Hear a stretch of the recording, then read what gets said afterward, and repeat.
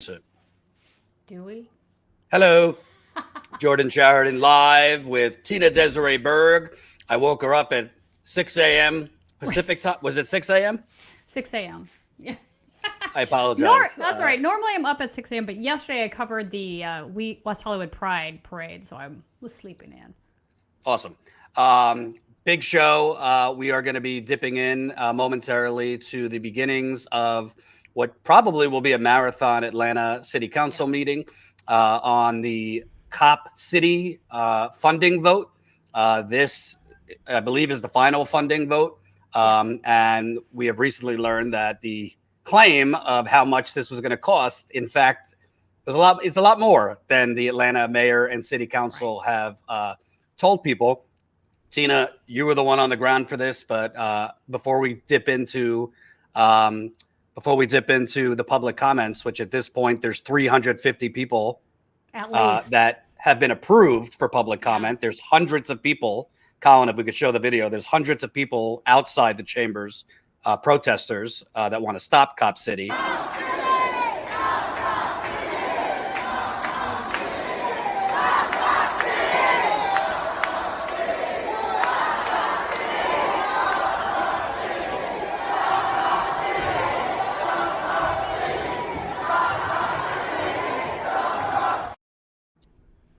I think it's important to say, and you could say it better than anyone, this is not just a local Atlanta story, because if this thing passes in Atlanta, which is essentially a militarized police compound, it would be training a lot of police from all around the country that would be coming here. It's in the middle of what's supposed to be a protected forest. Right. I believe that would have huge national implications. Oh, I agree. So, this is the perfect just cause for a bunch of groups coming together, right? So you have criminal justice reform activists that are upset about it because part of the facility is a mock city in which they could train for doing like urban warfare or squashing, political dissent, protests, whatnot, tactics for that. And they do have an aim of about having 42% of it being training folks from outside of Atlanta. So 100% this is going to be used as a resource across the country. There's a plan to have a Black Hawk helicopter pad, 12 gun ranges. So this idea that it's necessary for local police training is just falling deaf. It's absurd. That's clearly not the case. That's part one. Part two is that, yes, you mentioned that it's in the middle of a protected forest. This is DeKalb County. The areas that are south of where this forest region are rely on that forest to act as a sponge when it rains a lot. Currently, they get flooding in the south part of the city already. If a lot of this forest is removed, the sponge will be gone, and their concern is that the flooding will become much worse. Some of this is racially motivated environmental justice because a lot of these particular parts of the city are very much Black majority. So there's a lot going on here. What's interesting to me, though, is the people that are on the pro-Cop City side don't seem to understand that they are in the minority. You see, we've heard a couple of comments already this morning with people that support it saying, you need to vote with the majority of your constituency. And I'm like, yes, that's true, you do. But the majority of the constituency, from what I can tell, is absolutely against this thing. Absolutely. And we should point out, and we're about to get to the hearing, let's not forget the background of this. This has already, police response has already killed an environmental protester, Tortuguita. This was months ago. Everything we've learned is the police basically killed them in cold blood.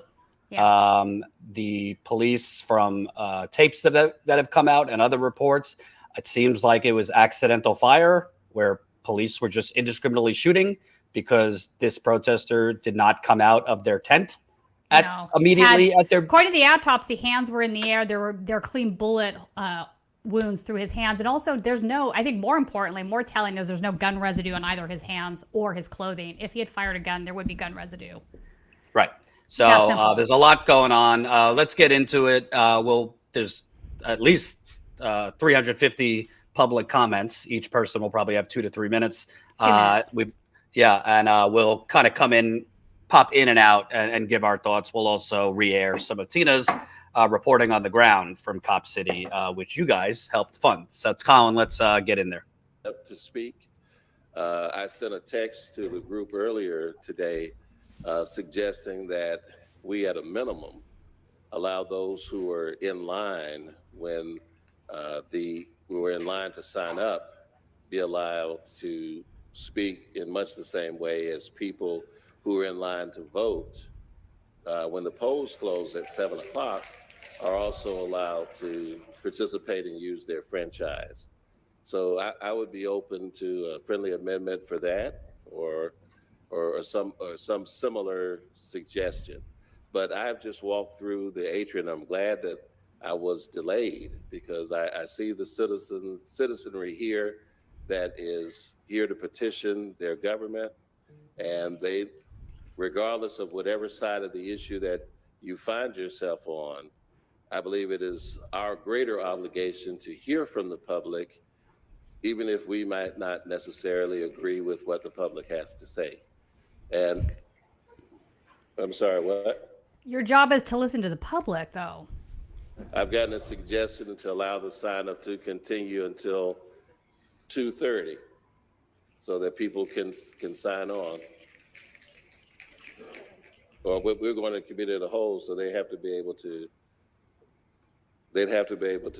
sign up, up until 2:30 while we're in committee of the whole. And just so you know what's going on, basically, there's a whole lot more people that want to sign up to speak.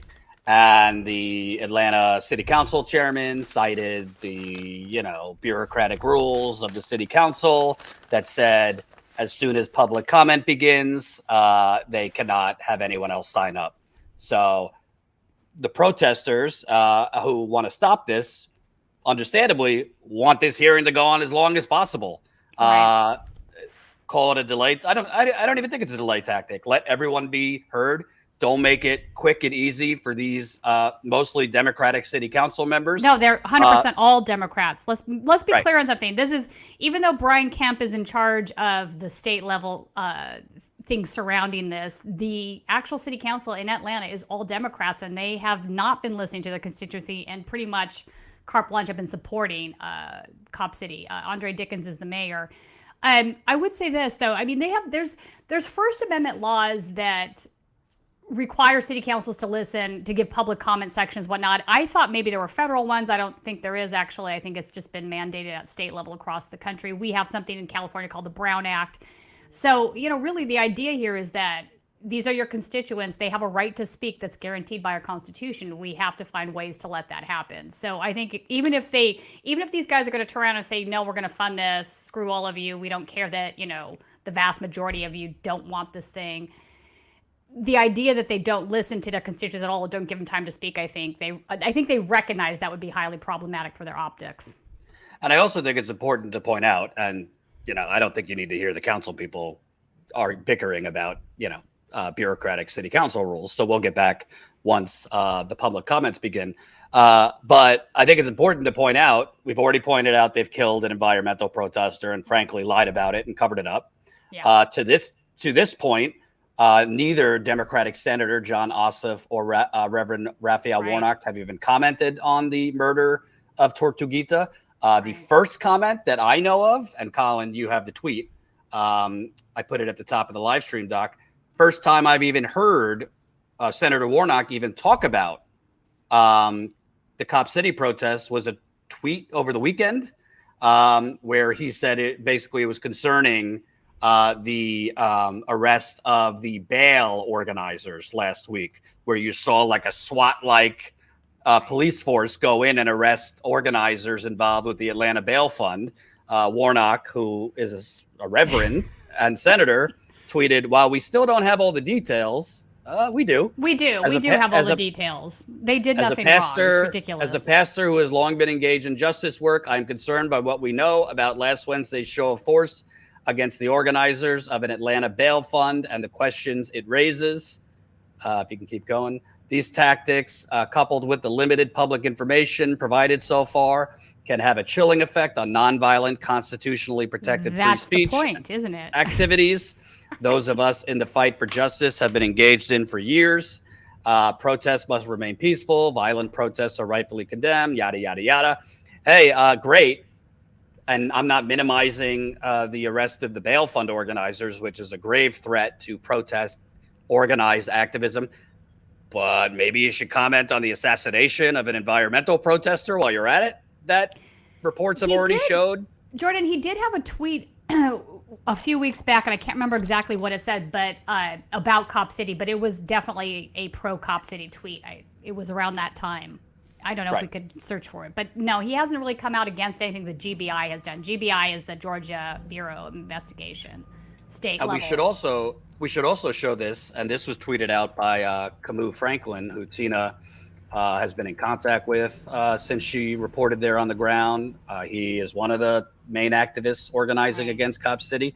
But Camus tweeted this out a couple days ago, and I think it's pretty damn scandalous. Tina, if you want to read it, because it kind of shows that the police are, in my view, acknowledging that this arrest of the bail fund organizers is not legit. Right. So, that's the scanner. Yeah. So breaking news, Atlanta police caught on scanner talking about how the Atlanta Solidarity Fund arrest was done to go after the movement, and they're scared about June 5th. Sally Yachts for more info. That's a Twitter feed that has been covering Cop City quite a bit. Anybody else? So this is actually the scanner guys talking. Anybody else think that the warrant that they served today and the arrests are just guaranteed shenanigans next Monday and Tuesday? Other guy says, yep, actually maybe tomorrow. I think they're supposed to have their first appearance tomorrow. I'm here for all of it. Matter of fact, just do it all June. Trying to get my backyard done. I think, let me stop for reference there. I'm trying to get my backyard done. Jordan, I could be wrong here, but that feels to me like this guy's getting overtime because of the Cop City protests and he's making more money. So I think that's kind of a little slight there. I mean, it could go to the opposite way. I mean, we've been putting pressure on them and attacking them from all different angles. At some point, they've got to give up. I mean, especially if we're the one after all the money, it could just, it could shut them down. Yeah, I'm just waiting. Like, couldn't they wait until Wednesday of next week to do this? Is that when you're off? Laughs. No, that's when all this, that's when all the finance committee would have been done by Wednesday. Okay. Hell nah, they had to send a message. I get it, but I mean, think about it. If they had just defeated the thing in council, which, they're fucking going to vote for the money and everything's going to go through.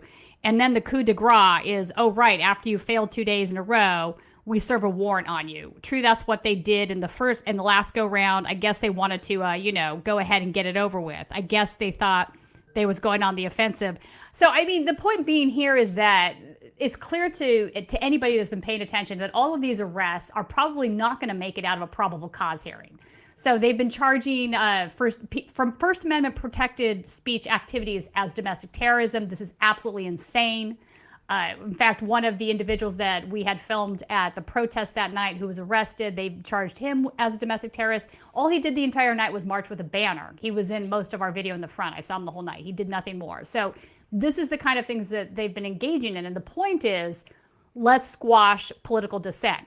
We know that none of these things are actually going to hold water in courtroom, but it doesn't matter. In the meantime, if we're able to scare all the protesters enough, maybe they'll stop coming out. I personally, Jordan, think that this is having an opposite reactionary effect. More people are angry. They're getting angrier by the day. I think arresting the bail fund individuals was absolutely a bridge too far.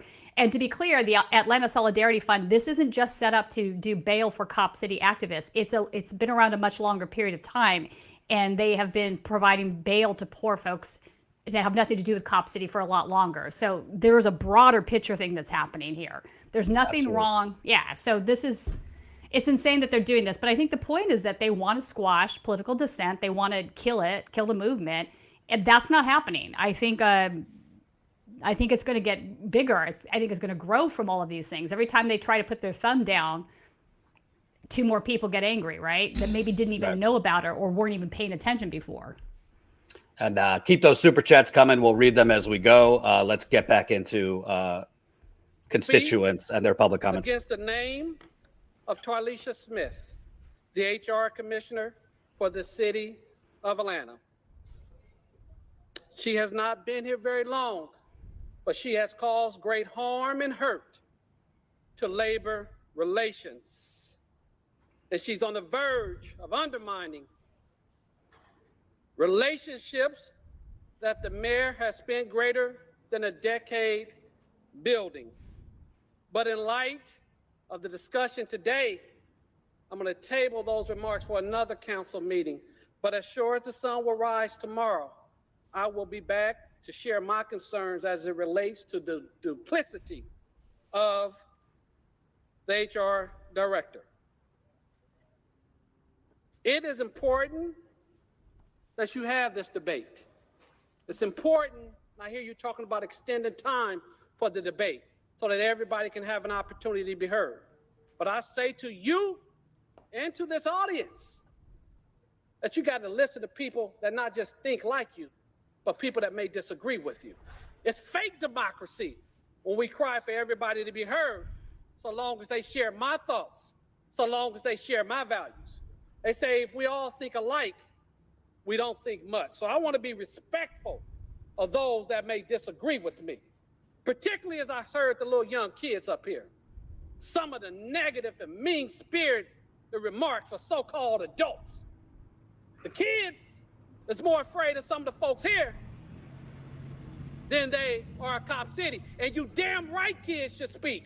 We should encourage our kids to be engaged in democracy. This is Civics 101. We should not use nobody as a prop. We should not use nobody as a prop. We shouldn't call things multiracial unless they're multiracial. We should not say this is about public safety if it's about trees. And I rock and roll with the environment. I really do. That's a great cause. But let's not use the hurt and the harm and the pain of people to advance our cause. I want it to be multiracial. I want it to be black, white, and brown. I want it to be abolitionists, environmentalists, gay, straight, and everything in between. But just because we say it don't mean it's so. So let me say this, and I want to include the immigrants. I want to include everybody. But inclusion is real inclusion. Because I'm with you when you say, Viva Tortuguita. And I mean that with sincerity. I'm with you when you say we got real questions about a man being shot 57 times. I'm with you when you say he was shot in the hands which indicate his hands was up. I'm with you when you say we need outside investigation because the police can't investigate themselves. I'm with you when you say Governor Kemp is full of shit with his talking points. But let me be clear. We can't land together if we can't talk together. Let me say to the folks behind me, please allow me to speak. I promise not to interrupt you. Please allow me to speak. Well, please allow me to speak. Wait a second. Please allow me to speak. Wait a second. Allow me to speak, and I won't interrupt Audience members, my job, please wait 1 minute. Wait 1 minute. My job is to control the chamber. Please. Let me do my job. And let everybody speak their piece today. Let me do my job. Please continue. Thank you. And I'm going to watch my tone. But let me say this. I cover the ground I walk on. I ain't worried about nothing or nobody. So let me clear that. And I'm going to ask that I get more time because I'm not engaged in the debate. I'm trying to address the council. And I'm going to say what I'm going to say. But I'm going to ask for more time because I keep getting interrupted.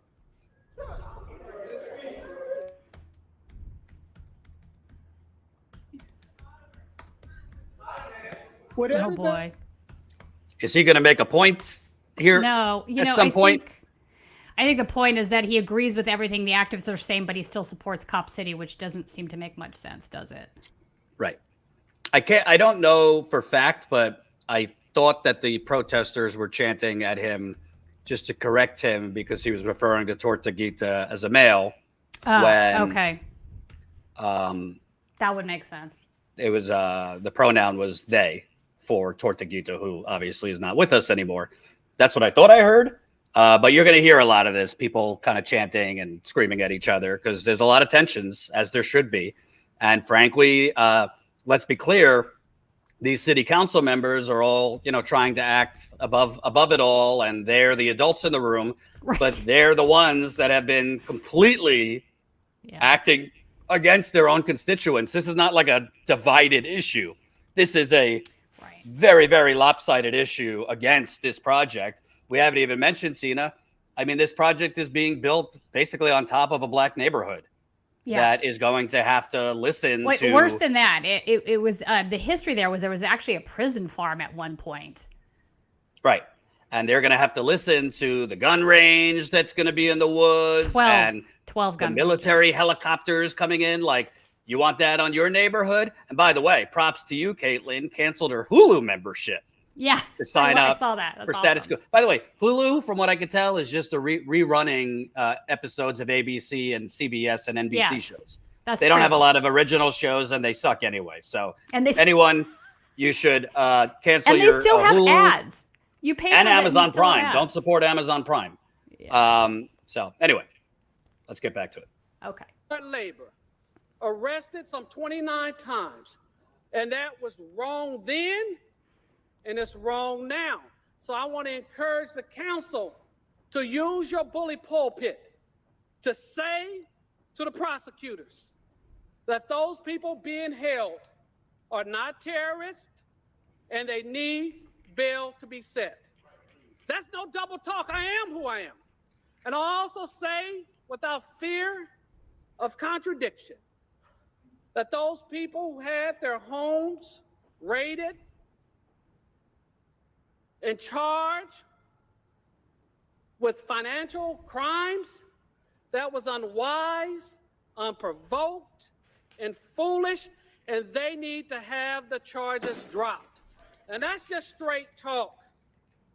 So outraged am I that I will be making a $500 contribution to the Solidarity Fund. But as I say, Viva Tortuguita, I'm going to challenge people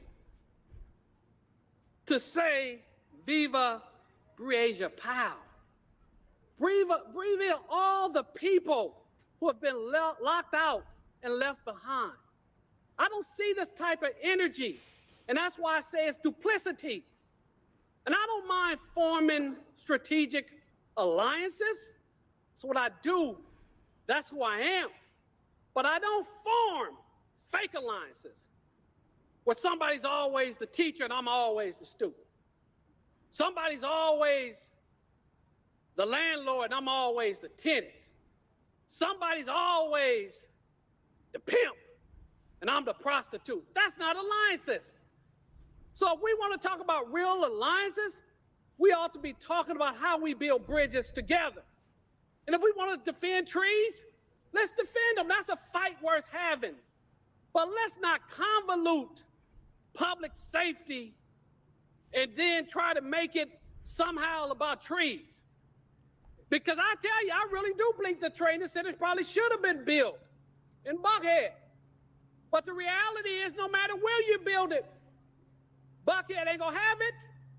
Buckhead won't even allow you to build a bus depot to pick up the 16% white kids there. But I don't see the outrage from people that tell me they my ally.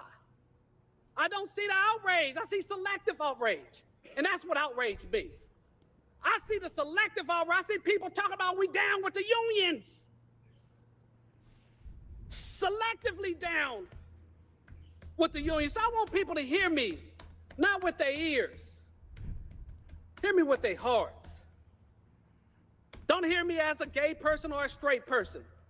Hear me just as a person. How would you feel if people came to you during their time of crisis and talked about we need allies and we need to do this together? It would come off as fake and phony. How would you feel if people attacked your mayor? And let me be clear, Mayor Dickens is my mayor. And when he's right, we're going to keep him right. And when he's wrong, we're going to help him find right. But you can't just come. I want to chime in. Obviously, I'm not from there, and Tina, you reported there. But I don't really think that I don't think the protest against this, as he's depicting it, is only because it's being built in a forest and cutting down trees. No. So can we just get some background here for folks that aren't in this area? I think there's some important context. So he mentioned Buckhead, right? Buckhead County. This is a very wealthy area of Georgia. It's mainly a white neighborhood. It is the one area I would say that has 100% supported Cop City. So, which is sort of in line. So to paint, I don't know. It's weird to tie it into this thing. I'm not sure where he's going with this, to be frank. But at the end of the day, I mean, the poverty rate in Atlanta is almost 19%. Okay. That's 32% higher than the average in Georgia. It's 45% higher than the U.S. average. So what's the answer to that? A militarized police compound? No, How's that going to lift people out of poverty? Is it possible that the high crime? It's not. It's going to make it worse. Which increased maybe perhaps during the pandemic, where you had not necessarily violent crime increasing, but petty theft, things like that. Jordan, here's the thing. Like in every other major city, we're seeing this, where they're trying to push this narrative that violent crime has been increasing when that's not, in most cases, that's not true. They've tried to do it in Los Angeles as well. So that's part of the narrative for them to like scare the public to get these sorts of things pushed through, right? But, you know, at the same time, let me say this. If these guys actually came back with a more limited proposal in a different area, they would not be facing the public outrage that they are facing today. Part of the problem is that they want to spend upwards of $30 million. That's what they estimated the public spend on this to be, but it's probably closer to $60 million. The rest of the funding is coming from corporations that are donating to the police foundation. That includes, you know, Home Depot, many banks, Waffle House, you know, et cetera, et cetera. So there's definitely some red flags here as far as public corruption is concerned. So there's a legitimate beef to be had. I don't think the city council is listening to their constituents at all, and they're just trying to ram this thing through. And it's not just Andre Dickens. The previous mayor supported it too. This has been going on for quite a while. Jordan, are you there? I can't hear you.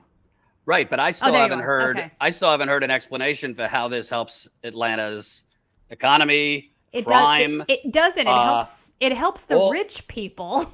All the these corporations. all these Democrats and Republicans, they like to huff and puff about money that comes in for campaigns. Oh, it's all out of state money flooding in to support so and so. Well, this is mostly out of state wannabe police officers that will be coming down to train here, not like. Right. Mostly Atlanta police. It's out of state, I guess, cadets or whatever that are going to be trained here to go what? Terrorize the rest of the world? There's also been reports that they are having training from, what is it, the Israeli Mossad? IDF, yeah. Israeli. So to me, this just seems like a boondoggle for further militarized police. Yeah, 100%. And you've done the reporting, but there seems to be a lot of big business support for this. Yes. Which usually seems to what seems to follow that is perks for them from this militarized police compound. That's correct. Not to even get to the shadiness of the land deal. It's not even clear that the Atlanta has multiple land deals. Yeah, should legally even be able to build on this land. So yeah, let's get. They shouldn't. Honestly, they shouldn't. I mean, that's part of the. You know, the reason that construction was stopped. And not to be confused, there are two separate deals going through at the same time. So there's the Ryan Milpas, which is he's a Hollywood executive that is making movies there in Atlanta, obviously because they have the tax credits, so a lot of filming goes on there. He has sound stages there. He made a land swap deal, but this wasn't the first land swap deal. There's one that happened a decade ago that's now sort of coming to light that doesn't get discussed. Part of this land has been put into the public trust. The Arthur Blank Foundation is supposed to be overseeing this with the public trust, and any deals that are made are supposed to be run by them. And that didn't happen on a deal that was made 10 years ago. That came to light when the Ryan Milpas deal was discussed because it's in the court documents. And basically, Arthur Blank Foundation sent them a letter saying, "Hey, what was this thing you guys did 10 years ago? This is the first time we're being made aware of it. Why weren't we made aware of it earlier?" So not sure where that's going to lead either, but there's been multiple dicey deals surrounding this that are definitely have to be about money. There's also an aspect of this Buckhead County. That's where, you know, you've got Klansmen there. So Sam Dixon owns property up there, lots of property. So, and he's a Klansman, Klans attorney. He's associated with, you know, American Renaissance, some of the, you know, white supremacist think tanks and whatnot. So there's multiple aspects to this thing. None of them are good, in my opinion. Are subjected to military-style drug raids at an overwhelmingly disproportionate rate. SWAT teams are also more likely to be sent to execute a search warrant if the target is black. In 2014, the American Civil Liberties Union analyzed 16 jurisdictions, and in every one they found that black people were more likely to be impacted by a SWAT raid than white people, often by a large margin. So today's vote is not simply about constructing a facility. It is about perpetuating militarized policing that will endanger the lives of our residents, our visitors, and put the black people and the brown people in Atlanta at a heightened risk of police violence. It is telling that such a facility is proposed on this particular site, where the Muskogee people were forcibly driven from their homes, where black people were enslaved and forced to labor on a plantation, and where a prison labor camp operated for most of the 20th century.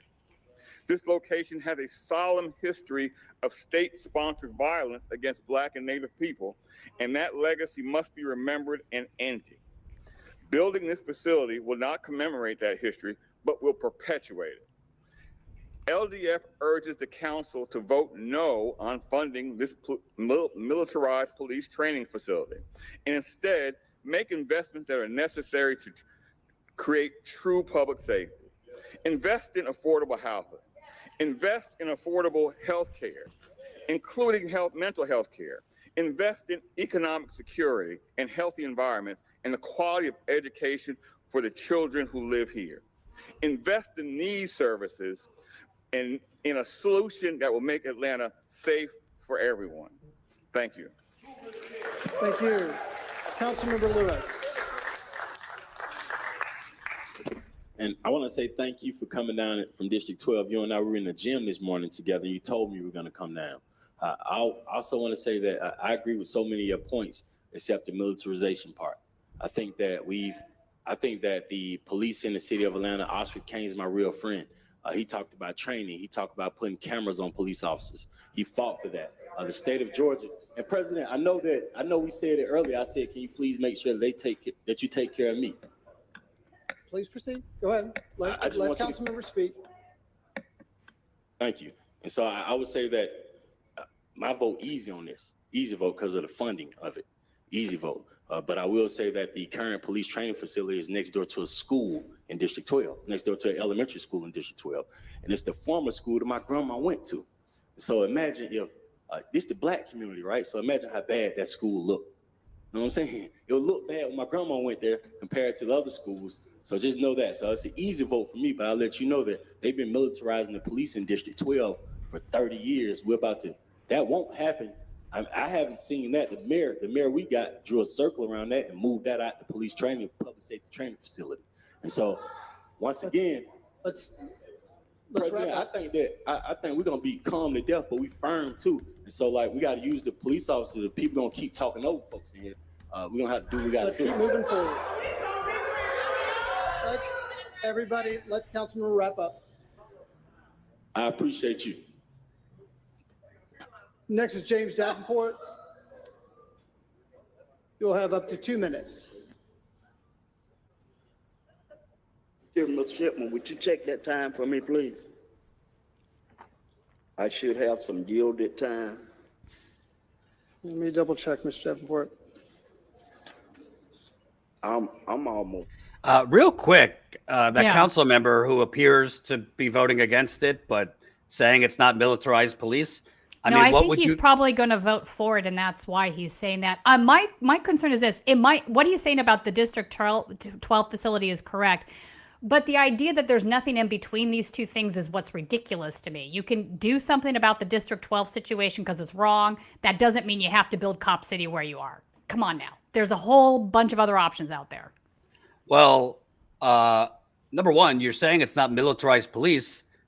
Literally, they assassinated an environmental protester who was peacefully protesting in the forest with other peaceful protesters, which by all accounts, none of them had weapons. So I don't think that's proper policing. Then you had it's definitely not. Yeah, no. then you had on tape the police saying, "Oh man, you shot one of your own," like accidentally, basically saying that this was like friendly fire that hit the protester, and then they claimed right away that the protester Tortuguita was shooting at them, even though an independent autopsy, kind of like independent testing, somehow finds a lot more chemicals of concern in East Palestine and elsewhere. It's always the independents that find the corruption or contamination. Independent autopsy finds that their hands were in the air. So I would call that militarized. Jordan, let's be clear. The GBI one was very damning as well because it found no gun residue on Torta's hands or clothing.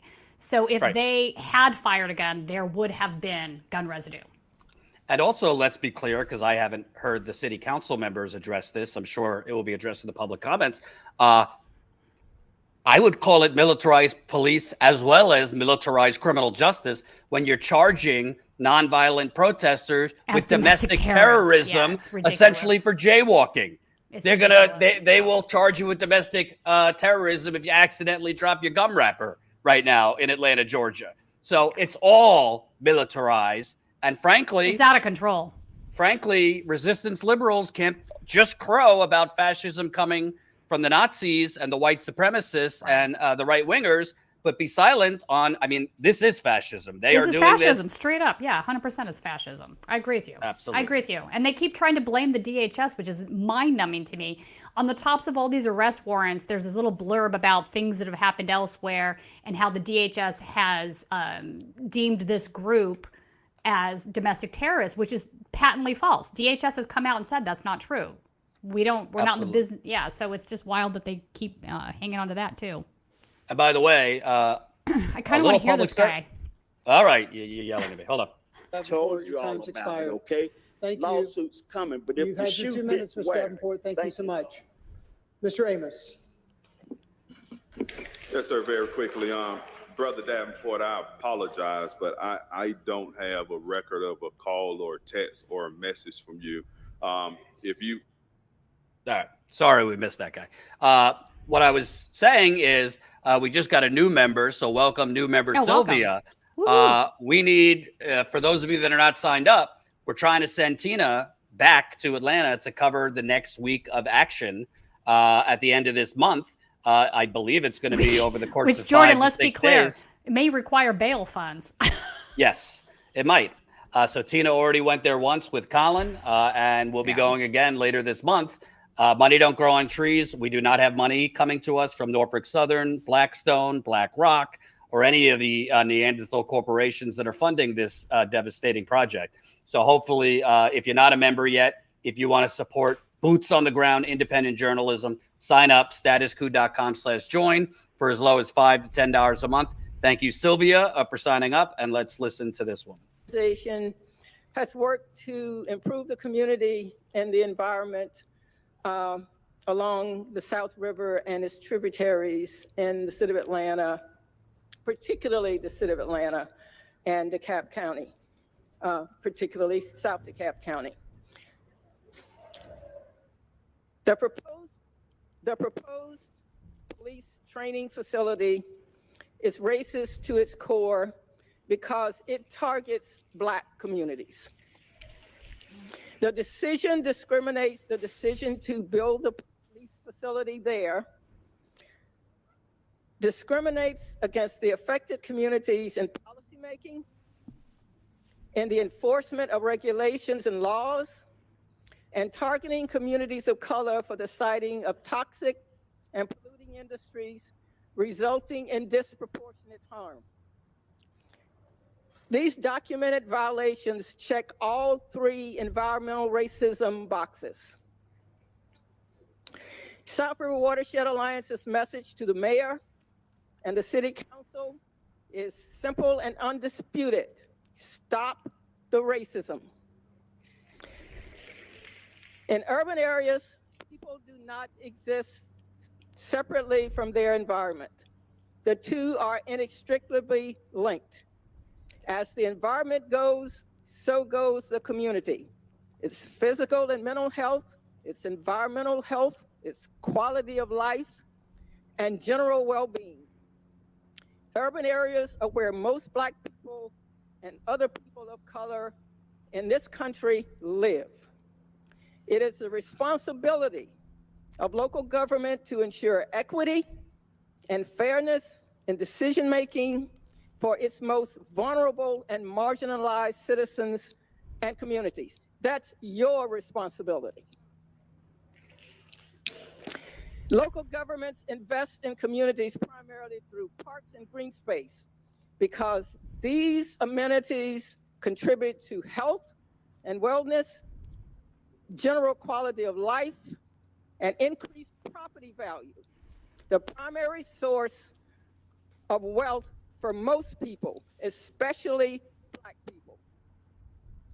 It does not take a 171-acre police facility, and yes, it's a 171-acre, not the 85 acres as reported ad nauseum via local news.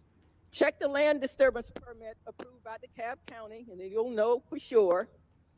A facility now projected to cost $67 million at last count in taxpayer dollars to train, per Mayor Dickens, a total of 2,000 police, EMS, and firefighters.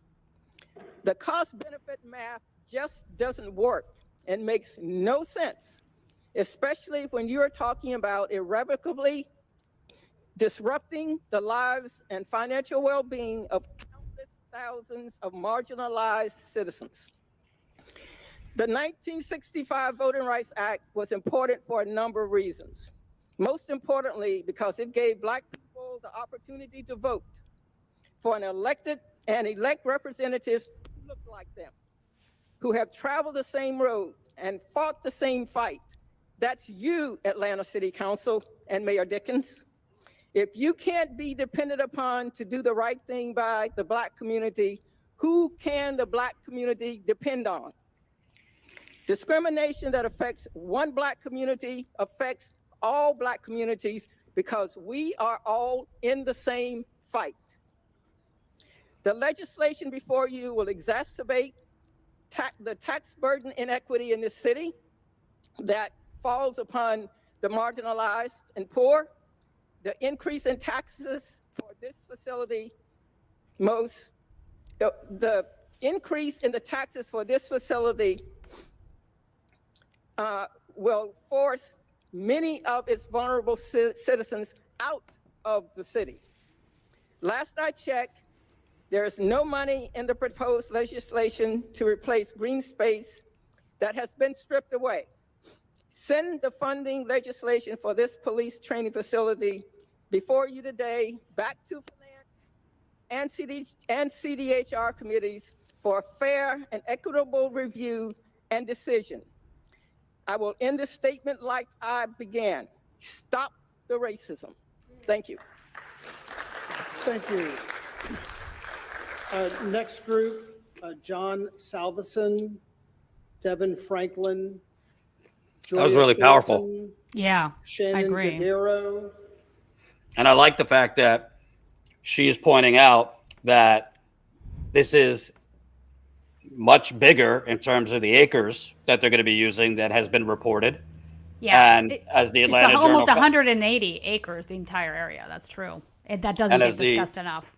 As the Atlanta Journal Constitution reported over the weekend, this could be upwards of $65 million in taxpayer money. This is not the federal government that could print money. Cities have a budget. It will affect everybody. There will be increase in taxes. I think she's making a valid point with that as well. Absolutely. Keep smashing that like button. Super chats, welcome. We'll keep reading them. Let's go back. Which is now at $71 million.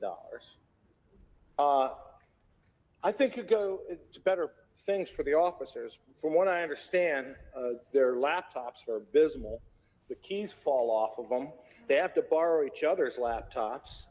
They have to switch around on cars. They're not allowed to bring their cars home. And their pension fund is ridiculous, 1% for anybody who cares, 1%. You guys deserve better. And this money that's being wasted for Cop City could go towards these things that we really need for the police department. I'm totally against it. I will say that if I get elected in the 4th, we got plenty of land out there. We'll find a way to give away some land or whatever and cooperate with you to have training facilities, not to get AK-47s against, our own citizens, but maybe to train them for situations like mental illness, where somebody's mentally ill, instead of shoot first and ask questions later. I thank you all for what you do for our community. I really do. Some of you have been in this for a long time, and I recognize a lot of you. I thank you for your time. No to Cop City, plain and simple. Thank you. And next will be Devin Franklin. You'll have up to 10 minutes due to yielded time.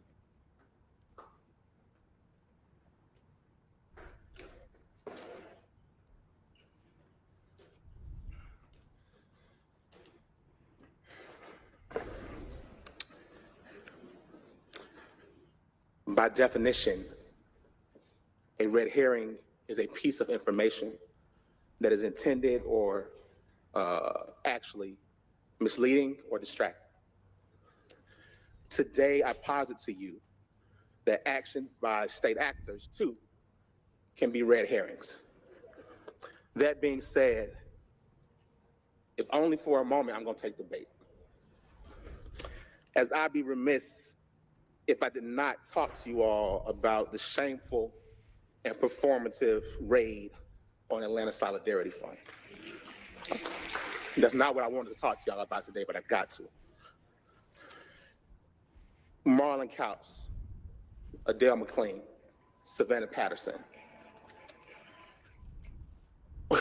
We live in a world where the Atlanta Police Foundation openly advertises on its website that you all are only giving $30 million to a project that we now know you're giving 67 to. And they tell people that in their efforts to raise what's supposed to be their $60 million. I find it really inconsistent that the Solidarity Fund is the one being charged with charitable fraud. And not the Atlanta Police Foundation. It's laughable, honestly, that the actions pursued by this body to construct this facility, the tone of everything around that is what has created a place where people engaged in constitutionally protected acts of First Amendment rights, agencies that look to make sure those persons have representation and that they're able to make bond are targeted. You all may not have signed the warrant. You all may not have given a direction. But those of you who have proposed and supported this project are complicit in the harms that have been effectuated, not just upon Sol Fund, but upon all these organizers. The images that we saw of 10 Atlanta Police Department Special Enforcement Section officers, suited in SWAT gear, carrying rifles, shutting down a residential street on a morning, that image is what we feel. The image of militarized forces being used to effectuate arrests for bookkeeping errors. It is comical and it is laughable. That normalization of those tactics by law enforcement officers is what we fear, and this body's collective pursuit of Cop City against the documented and well-established will of the people is not something we can live idly by and accept. Many of you decry the consequences of this movement. The liberal use of domestic terrorism charges against protesters. Many of you are against that and have said so. The killing of Tortuguita, many of you are against that. The arresting of bail organizers, many of you are against that. But I need for you to see the thread that connects the actions that you undertake and the harms that they cause. We know that the tactic was meant to distract from the momentum that had been building with this movement, right? There had been seven hours of public comment a few weeks ago, right? And 100 people couldn't testify, right? There had been the news that, oh, this is actually a great deal more money than what it actually had been told to people. And momentum was swinging the other way. So we know what the effort was when Saul Farm was raided. But look at us. We don't scare. Struggle is ordained by God, and we are engaged in a beautiful struggle.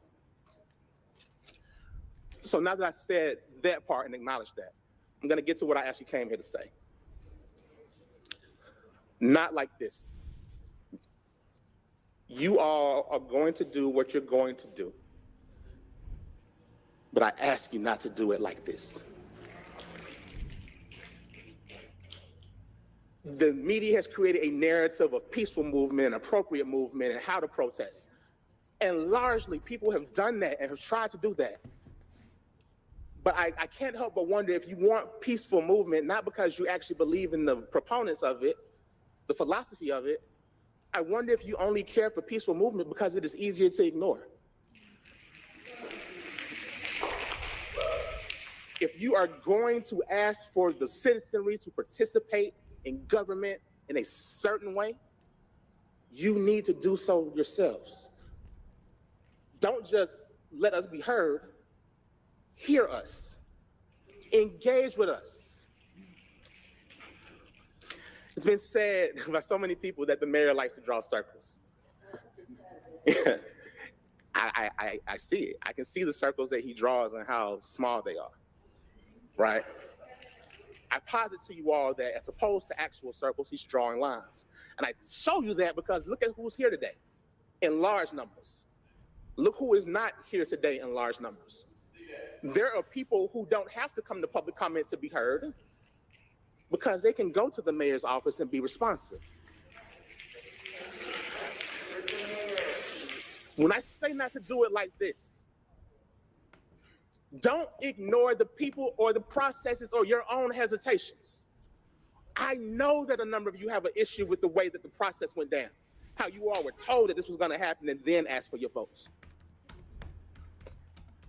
I know so many of you don't like the things that come with it. We talked about the domestic terrorism charges and things already.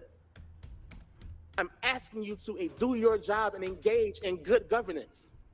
We can argue over policy. I have issues with police, but that's because I had a gun put to my head when I was 14 years old by an Atlanta police officer. Thus, that's my issue, right? There's a difference in us disagreeing about policy and you all going forward with bad legislation. And this ain't the first time I had to come and talk to y'all about bad legislation. I know that some of you all have great regret behind the ACDC lease. And I will remind you, that was a lease that was designed to get men off the floor at Fulton County Jail. And we were told that they would move men at a pace of 100 a month. And those movements began in November. Bed bugs. As of this morning, it's just 158 men in ACDC. There's still hundreds of men on the jail floor at Rice Street. And it's not because you all just made a bad policy decision. It's because you made bad legislation. Myself and others at Southern Center conducted like an hour-long conversation with you all from this very podium and told you the portions of that legislation that would not work. And I'll be damned. I'll be damned if we weren't right.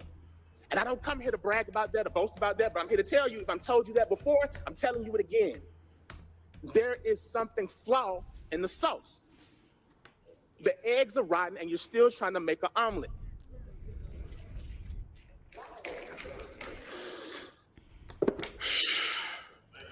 You all have done a great job in certain areas of exercising transparency. The MARTA situation is one of those things. But true transparency is not selective. If we're going to be transparent, damn it, let's be transparent everywhere. What is up with the money? We've heard that the cost of it is $67 million, but I would argue that the cost is greater. Because understand that the land that we're talking about was gifted away to APF for $10. I wish I could buy 380 acres of land for $10 a year. And then You are paying the lease to buy your own land back. That is crazy. They took out a loan and you're paying for it. You're borrowing money from your general fund that you don't have, because the legislation also states that you've authorized the CFO to take out a $30 million bond to pay for it. You're robbing from Peter to pay the police.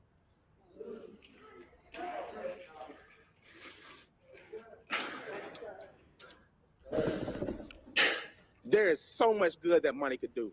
We should save that comment. Robbing from Peter to pay the Pay police. the police. Yeah, I like that. it's good. Investing and funding the Office of Violence Prevention. You want to prevent violence, but we ain't doing it. You have a staff of one, okay? And I don't often come to this podium to criticize comments by other people, even though I disagree with them. And I forget my brother's name who spoke earlier and was all over the place. I wish he was here because I'd hate to talk about folks when they're not in my face. But if you don't understand the topic, don't speak on it. Environmental racism is a literal thing, and it's not hard to read about. I want you all to understand that your souls are for sale. I don't know how many pieces of silver it costs for Andre to do his business in the way that he does. But I ask that you say that the compensation required for your soul is the voice of the people. Time's expired. Pay for it. Thank you. Next will be Joya Thornton. You'll have up to 2 minutes. Good afternoon, Council. Good afternoon. Good afternoon. I want to make sure everybody is up. Before I start, I'm Joya Thornton, National Policy Strategist at the Southern Center for Human Rights. I want to make a procedural note that they are not allowing folks to sign up outside. So we definitely need to make that note and stop Cop City. Thank you. Next will be Shannon Gagero. You'll have up to 2 minutes.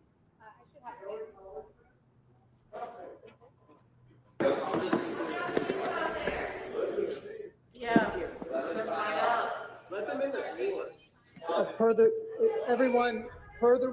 rules of code, there's not going to be a sign up. Whoever is here, when we get to the committee of the whole on the agenda, will be allowed to speak for 2 minutes. That's the way committee of the whole is going to work.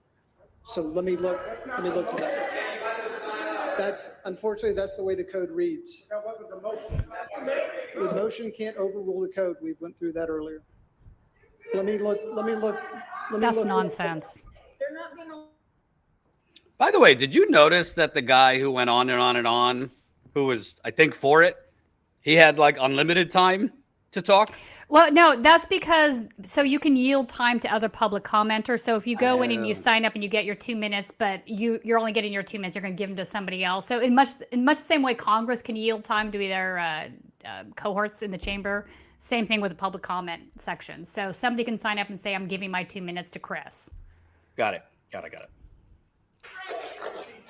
You can make that happen, sir.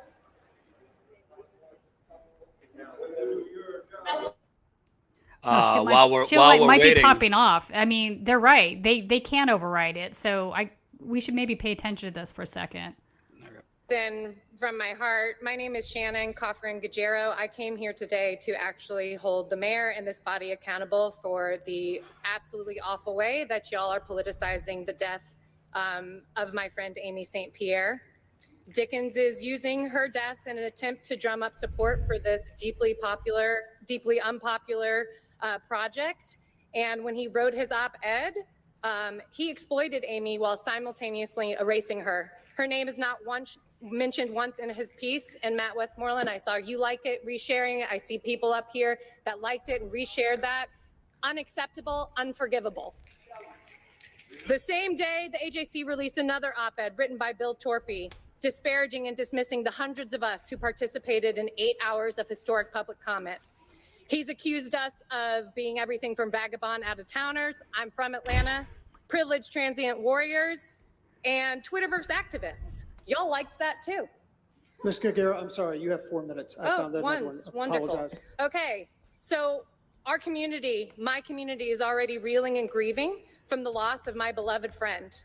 There is a compounding hurt of having to bear witness to her death being used to support Mayor Dickens' regressive vision of public safety, a vision Amy did not share. So I submitted a version of this op-ed to the AJC, and guess what, y'all? They wouldn't publish it.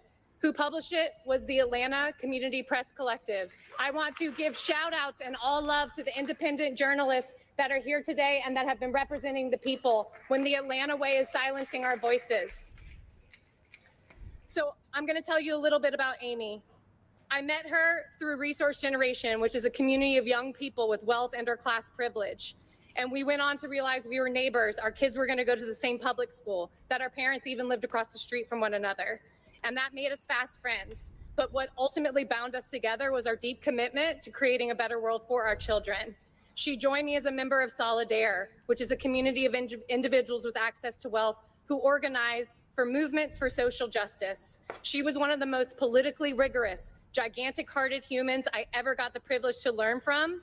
And that is why in the wake of her devastating loss, I feel compelled to speak out and correct this terrible narrative that y'all are pushing out about her. At the press conference, y'all talked about Mayor Dickens and the Cobb County Police Chief painted the picture that it was officers who were the heroes of the day. Dickens' distasteful op-ed was published 2 weeks after her death. And it was following unprecedented public outcry against this facility. It's not far-fetched to assume he doesn't mention her by name because she was known to oppose Cop City. Artwork by her first grader, which reads Stop Cop City, decorates my office. We went to the rallies together. Rather than thoughts and prayers, or worse yet, increased funding for policing, you want to know what Amy would want? Amy would call for investment in things that actually create public safety, housing, education, healthcare, and social services. She dedicated her life to the study of what actually keeps people safe.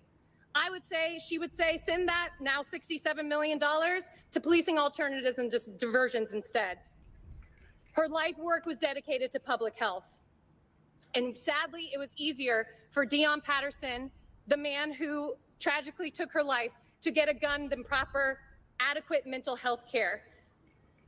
If the mayor truly wants to honor Amy St. Pierre, which I know he does not, he will stop using her death as an excuse for increased policing and surveillance. But I don't expect the mayor to listen, and I clearly don't expect y'all to listen. So I'm here to talk to the people and ask you to join me as community members in advancing Amy's vision of a safer, more just society by advocating for common sense gun laws and investments in housing, education, healthcare, and social services. Together, we can honor Amy's legacy and achieve her vision of public safety together. And I wish my council member, who will not ever return my emails or phone calls, Alex Swan, I wish he was here. I'm using every piece of social capital I have. He knows my auntie. He knows people in my family. We have supported him. He is missing in action. And yes, I have now burned a social bridge between me and my other council member, Matt Westmoreland, because I am done with the niceties. I do not need your cell phone number. I need y'all to listen. And the people in my community, Matt, are saying stop Cop City. And so your seat, honey, is not safe. Thank you. Next will be Raquel Thomas. You'll have up to 2 minutes.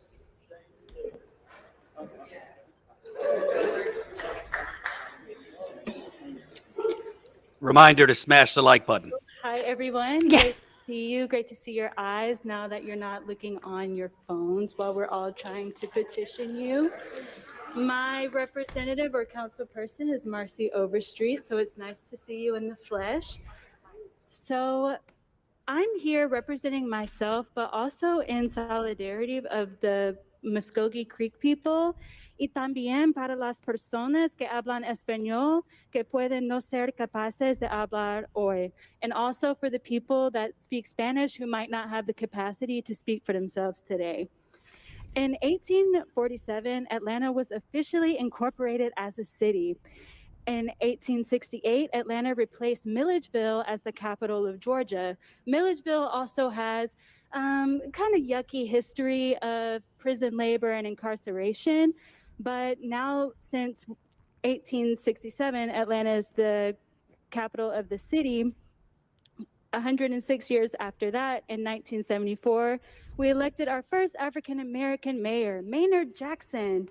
But 179 years since Atlanta's incorporation, we are still fighting for our basic human and constitutional rights. We must stop ecocide. If y'all tear down the forest in order to build this facility, it's going to destroy our watershed. We need water to drink and to live. It's most of what composes our body. I thought that I had 4 minutes because someone wanted to share time with me, but I'm just here to call out what Bell Hooks describes as imperialist, white supremacist heteropatriarchy, and hopefully y'all can join together and help the people rather than your own self-interest. Thank you, and ashe. Thank you. Next will be Chase Oliver. You'll have up to 8 minutes due to yielded time.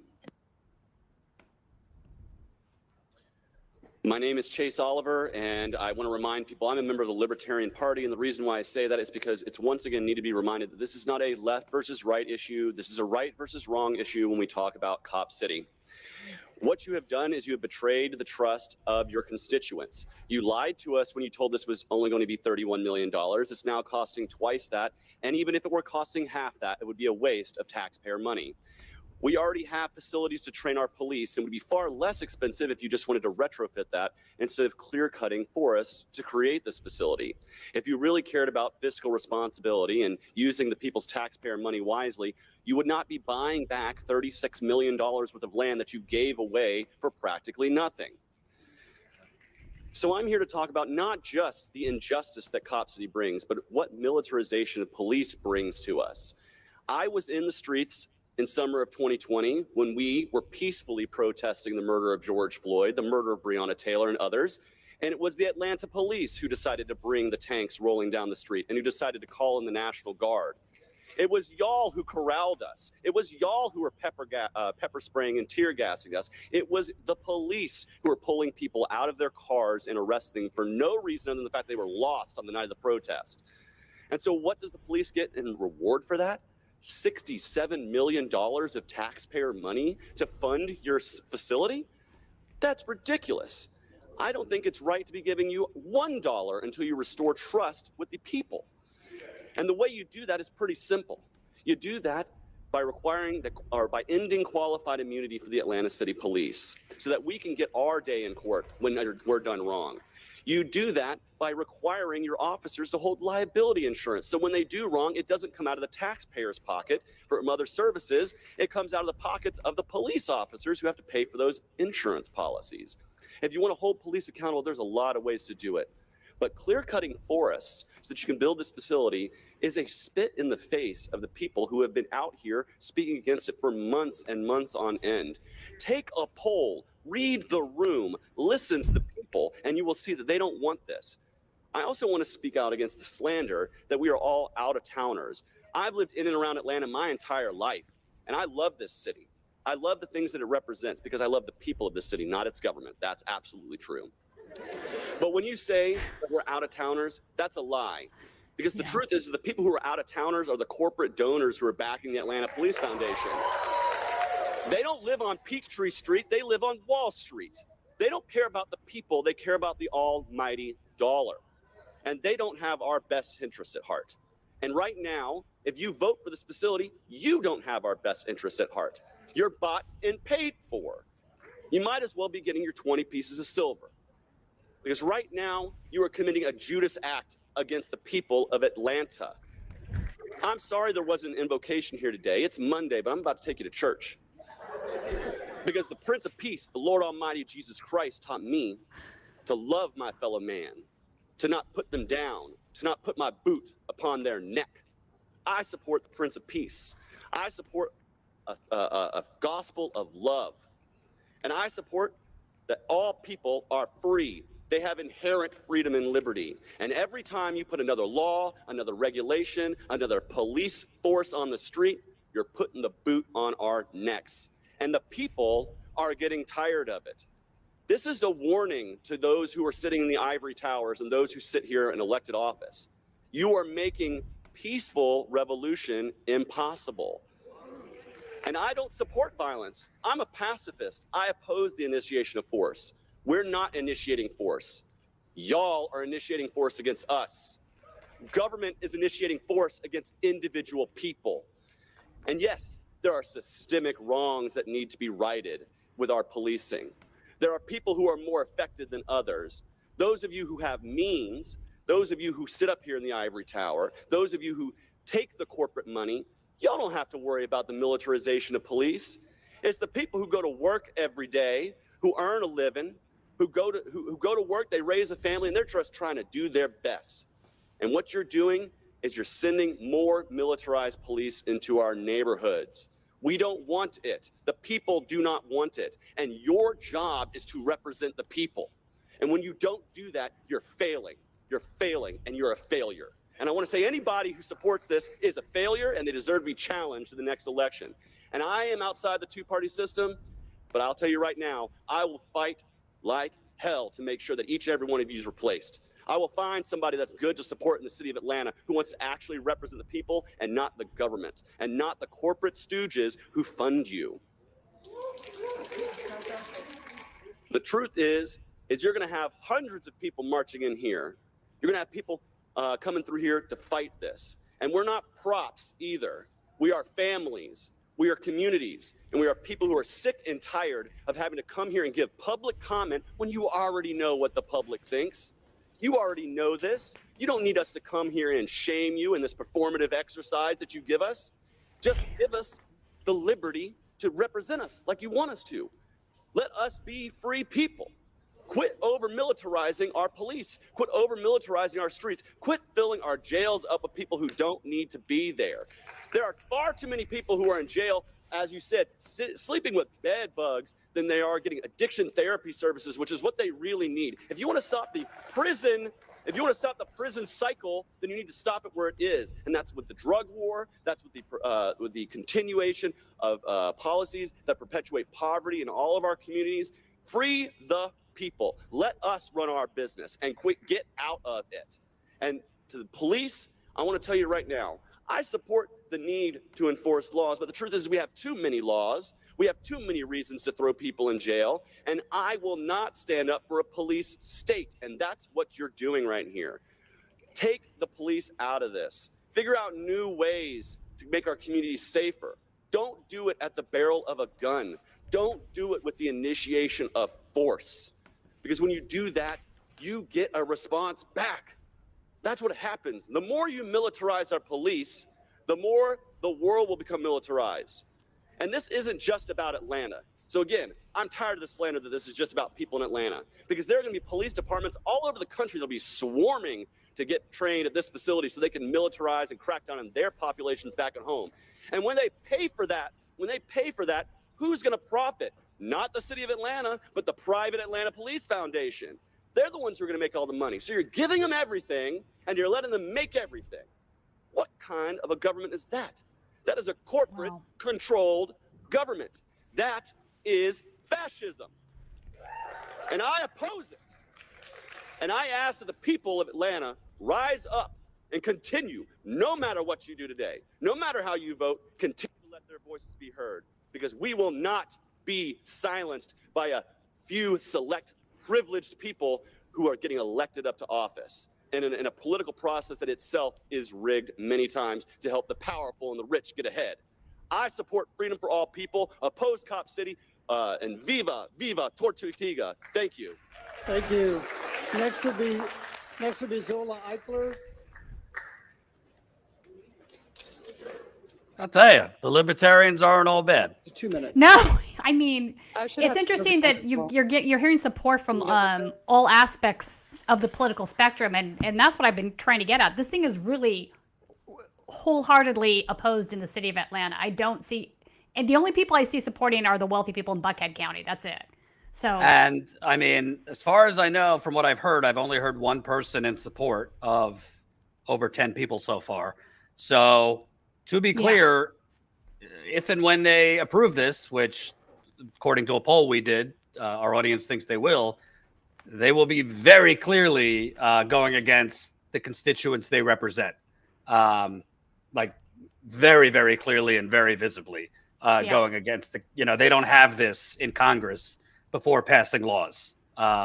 So this is pretty, and I think the point that somebody else made, that your seat is not safe, they should all feel that way.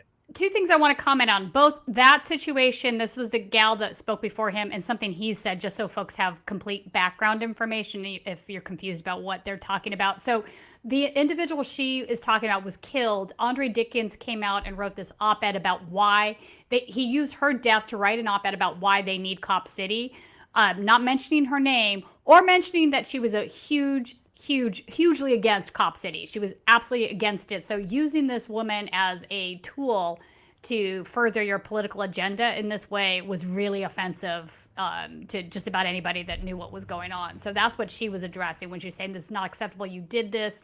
You knew she was against Cop City, and yet you couldn't bother to mention her name in the op-ed. And the reason you did mention her name is because if anybody had looked up her name, they would have seen that she was against Cop City. So it's absolutely gross that you use this woman's death to further your political agenda. That's what she was discussing. And then the libertarian guy, he's mentioning, you keep saying that this is outside people, it's all outside agitators, and it's not people that live here. It's not true. And he's correct on this. The night of the concert, when they were making arrests, we have been able to verify that they were letting people go if they lived in Atlanta, right? So they were looking at their IDs. If you were an Atlanta resident, you were not arrested, you got let go. The group that they ended up arresting that night were all out-of-staters because I believe that they clearly want to maintain this line because they think it's an effective argument, but that's pretty messed up.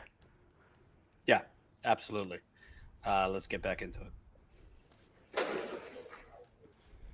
Next up will be Wednesday Abiku. You'll have up to 8 minutes due to yielded time. Okay. Hello, everyone. How are you all doing? I feel like it's very important to have emotions. I also feel like it's very important not to repress emotions. Has anyone here ever read Carl Jung before? You have? Big fan, right? Do you guys know what a shadow is? A shadow is all of the things that you hide in the deep parts of your unconscious that you refuse to face. And there are parts of this world that are physical representations of the shadow of the history of the United States.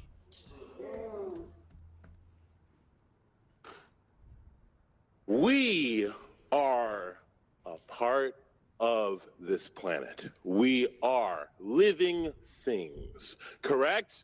Are we all living things, correct? And I'm speaking to everyone, including the people in the council. I speak with the humility of understanding that I am a human being with flaws. However, I am a human. I am a living thing, like a dog, or a cat, or a child, or a parent, or a tree, bacteria. There are things about this world that we humans do not understand fully. And so because of that, we are afraid. How can you be someone who is free if you are afraid? I asked you that question. Fear is the one thing that destroys the fundamental tenet of the United States. Life, liberty, and the pursuit of happiness. I am trying to live. I'm not trying to die for anything. And that's something that you learn when you interact with the world in its cruelest, harshest, not because of intentions, but because you want to understand something. I am a young person. I have not longed for this world, and I don't know how long I have left. I don't know how long anyone here has left. But I believe that we can make it longer if we are mindful of each other, of the existence that surrounds us, that has existed long before we have been here. Do we prepond ourselves? Do we put ourselves on a pedestal to assume the arrogant position that we are the most important existence that exists here? Or do we have the humility to look at each other as if this is another existence? Oh my God, cultivate life. We have to ask ourselves the question, do we desire to cultivate life, or do we desire to constrain it and kill it?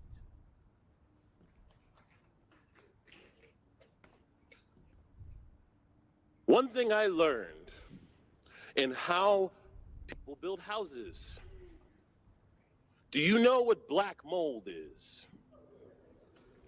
It's a natural fungus infection that is a result of the internal infrastructure, of the architectural makeup of most buildings. It's not a good thing. It is a result of the deconstruction of natural processes and putting them in a way where it's strictly convenient for humans and nothing else. But guess what black mold does? For the people who are poor, who cannot afford to have people come in and fix it, it doesn't die, but it'll kill you. I don't want to die. I want to live a long life. I'm an artist. I'm a writer. I don't want to harm anyone. I want to make friends. I want to know what it's like to be a person in the real world. And how can a youth do that in a world that is headlong into oblivion, destroying itself? Fear populates everything. We are incentivized to be afraid. We are not incentivized to trust. Nature is about trust. Nature is about trust. Real relationships are about trust. They are not about hiding your feelings away and then hoping that one day all of the bad things will go away. But even in the Bible, no matter what happens, the apocalypse comes, even in the Bible. And nobody wants it to happen. That's why people work so hard on themselves, on their soul and on their spirit, regardless of how much money they have. Jesus was a homeless person.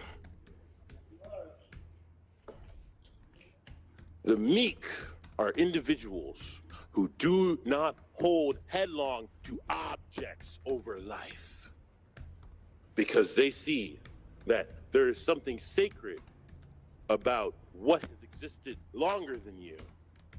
There's something sacred about that. That's just as important. There's something sacred about my grandmother, for example. There's something sacred about our great-grandmothers. And there's something very important about Rome, too. Rome was something in the Bible. There's one thing we've learned about Rome, is that the violence does not fix anything. It never did. The only thing that helped was empathy, patience, understanding, listening, conversations, and consistency. Consistency. It's like a drum beat. Consistency. I wish you all a healthy life. I want people to be able to sit underneath a tree.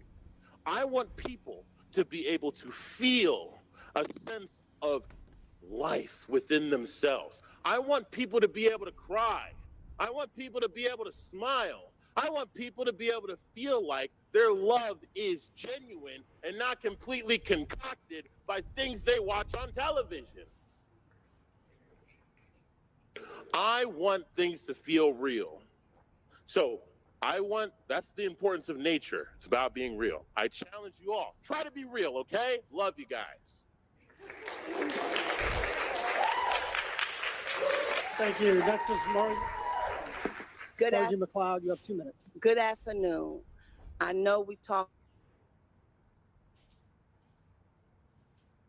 Jordan, you're muted. Imagine. There you go. Imagine You're muted. if just 5 of these people were ever allowed to come on local or national media, Right. much less more, because they're not. And if they're featured, it's for 5 seconds in a news package. Although Micah was just on MSNBC, they're finally talking about this, which is good. Why do you got to blow up my spot? Okay. Sorry. I'm just kidding. I mean, overall, imagine if the actual proletariat and citizenry of America was actually represented in our news, rather than city council hearings that are on a Monday and very few people are going to see. So let's. Well, hopefully more people will see it now because we're doing this. So absolutely. Tell me about Cop City. It was so important. I'm against it. All that land, you wasting tax dollar money. Why? Tell me. Why you believe in it? Tell me. I'm listening. Tell me why it's so important to you to have Cop City.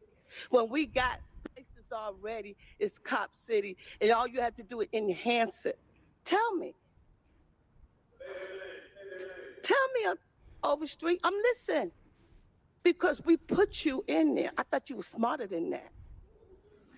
Tear it up. Tear the contract up. Because we don't need it. All we have to do is enhance what you have already. Stop wasting my tax dollar. Because that's just what y'all doing. Y'all sit up here and y'all listen, but are you for real? Are you scared? Like he said, the tree. The tree give us oxygen. And if the tree can't breathe, we're not going to be able to breathe. Time has expired. We say no to Cop City. Thank you. And be smarter than that, Overstreet. Thank you. Next will be Siobhan Cornell. You'll have up to 10 minutes due to yielded time.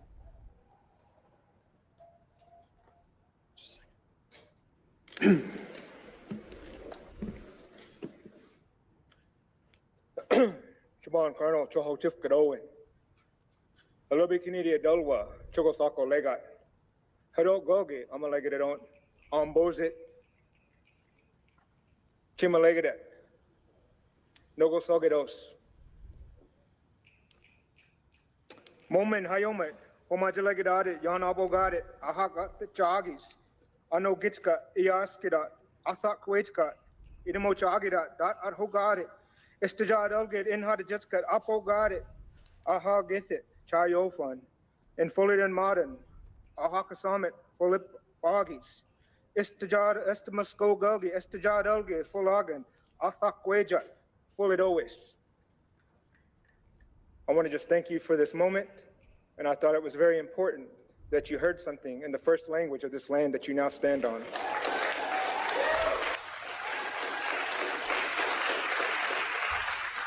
What I shared in our Muskogee language is my name is Siobhan Colonel. I come from our Muskogee people. I'm a traditional practitioner and a member of our ceremonial community. I hold a traditional chieftainship with our people. I have worked very diligently over the past 2 years, working specifically on educating the public of the dangers of the building of a cop city. I have worked diligently to try to educate and remind the peoples of these territories now of who the original inhabitants of these lands were and are. And so today, as I stand here before you, I take it very serious because this is my first time introducing myself to each one of you. And I take it very seriously, even as I look at you, trying to see you eye to eye. And I pray and hope that you're trying the same way to see me eye to eye. And so on behalf of myself, one of the things that I shared in my language was who I am and what clan I'm a part of. I come from the Wind people, which is the Hudok Gogi, whose clan was born in these territories right now that we stand in, whose territories are still, my ancestors still exist here. thousands upon thousands of years, millennia upon millennia of existence, they're still here. And so I thought it was important that I see each one of you, because let me be the first one to welcome you onto Muskogee land.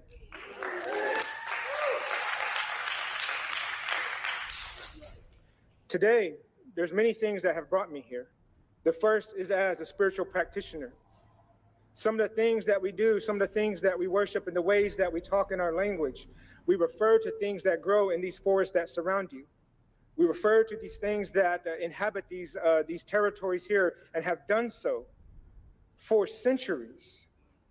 Anytime, we have to realize, anytime that we destroy one life of a natural forest, a tree, a plant, any type of biodiversity, you are having a profound impact on your well-being. But even more so, and this is what's very sad for me to speak to you about, you're even having a more profound impact on your generations yet to come. Your children and your grandchildren are going to bear the brunt of the decisions that you are now making. Or should I say, as I've listened to my relatives here, the decisions that you are neglecting to make. That the time has come. I just came off a call just a couple of weeks ago with some of our leaders from not just in Georgia, not just in the US, but across the world, talking about the need to protect biodiversity. Is that today, 97% of our natural world has been destroyed and impacted by human disruption. I want to say that again because, you know, it might go in one ear and out the other. I don't know. I don't know you yet. Maybe one day we'll talk some more about this. That means 3% of the entire world is in its natural state right now at this moment. And if I could just speak bluntly for a second, I think everyone here breathes air, drinks water, and has to have food. And as I say at places across the world, let's see how long that we last without those things. This Earth Mother that we walk upon has been gracious to us and has always provided those things. Even a few years ago, my office with the United Methodist Church, I was able to go and commemorate the waters that come here and feed millions upon millions of people a day, and gave a prayer and an offering on behalf of the Muskogee people. It was under the previous administration, but I won't get into those details just yet. But I still was given that opportunity where the entire city of Atlanta recognized that moment. Because at the end of the day, we all do share like goals. We want a safe community. We want a place that we can go and enjoy ourselves and live life to the fullest. We don't want harm. And relatives, I do have a relationship through my connections. I am a part of the Methodist structure. I have been a part of the United Nations Permanent Forum on Indigenous Issues. I have been with conversations of human rights all across the world. I have walked with refugee camps in other parts and other nations of indigenous peoples. I've seen situations just like what we're going through here in other countries.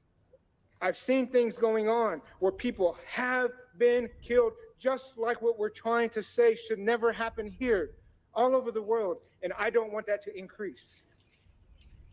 Every time in these countries, I shared with them, no matter what, how you slice it, the increasing of more militarized mechanism never establishes a peaceful society, no matter what. It never accomplishes what your hopes, what your arguments are. In fact, it does quite the opposite. In fact, our community, we are already living through the living proof of that at this moment. Today, I think it's obvious. I don't support Cop City. Today, I think it's obvious. I do want a future for all of our children. I have never, ever considered myself a non-resident of these territories. The day that you can remove all of my ancestors and our remains and everything that are funerary objects from the earth around us, then maybe, no, I won't even think about it then.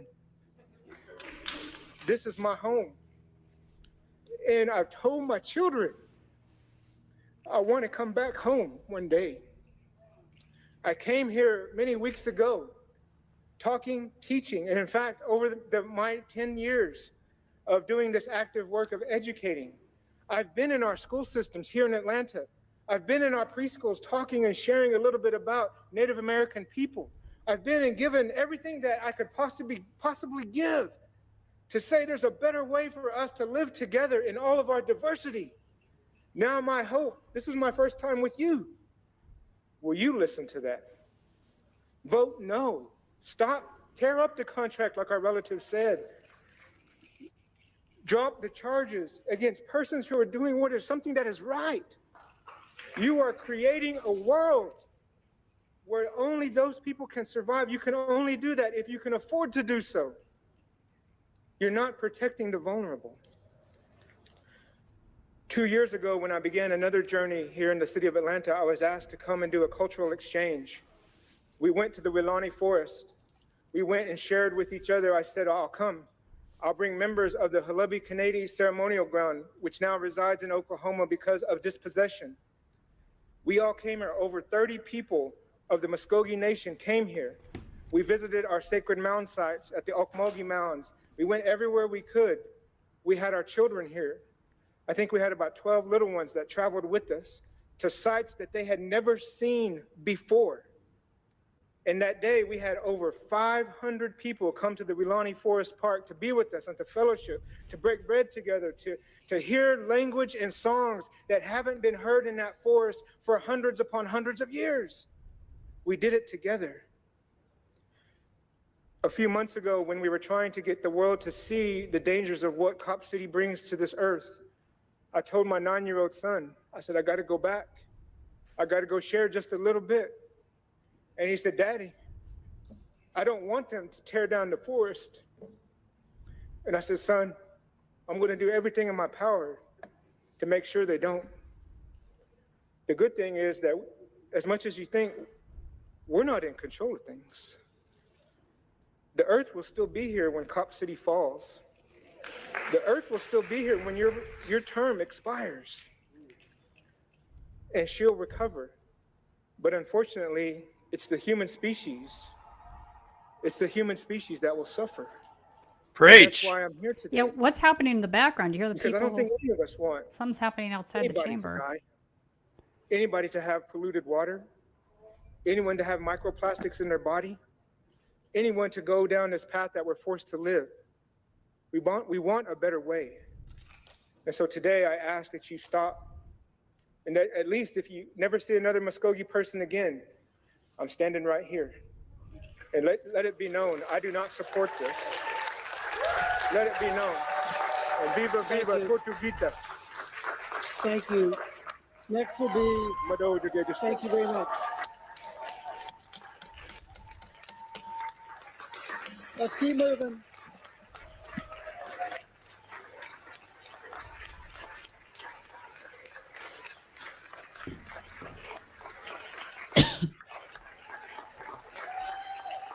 Obviously, it's not being widely covered in the media, but Next will be obviously Kiana there's Jones. indigenous Over time, roots you'll have up to 8 to minutes. this that also the police, the politicians do not respect or care about. Everybody should really be feeling something right now.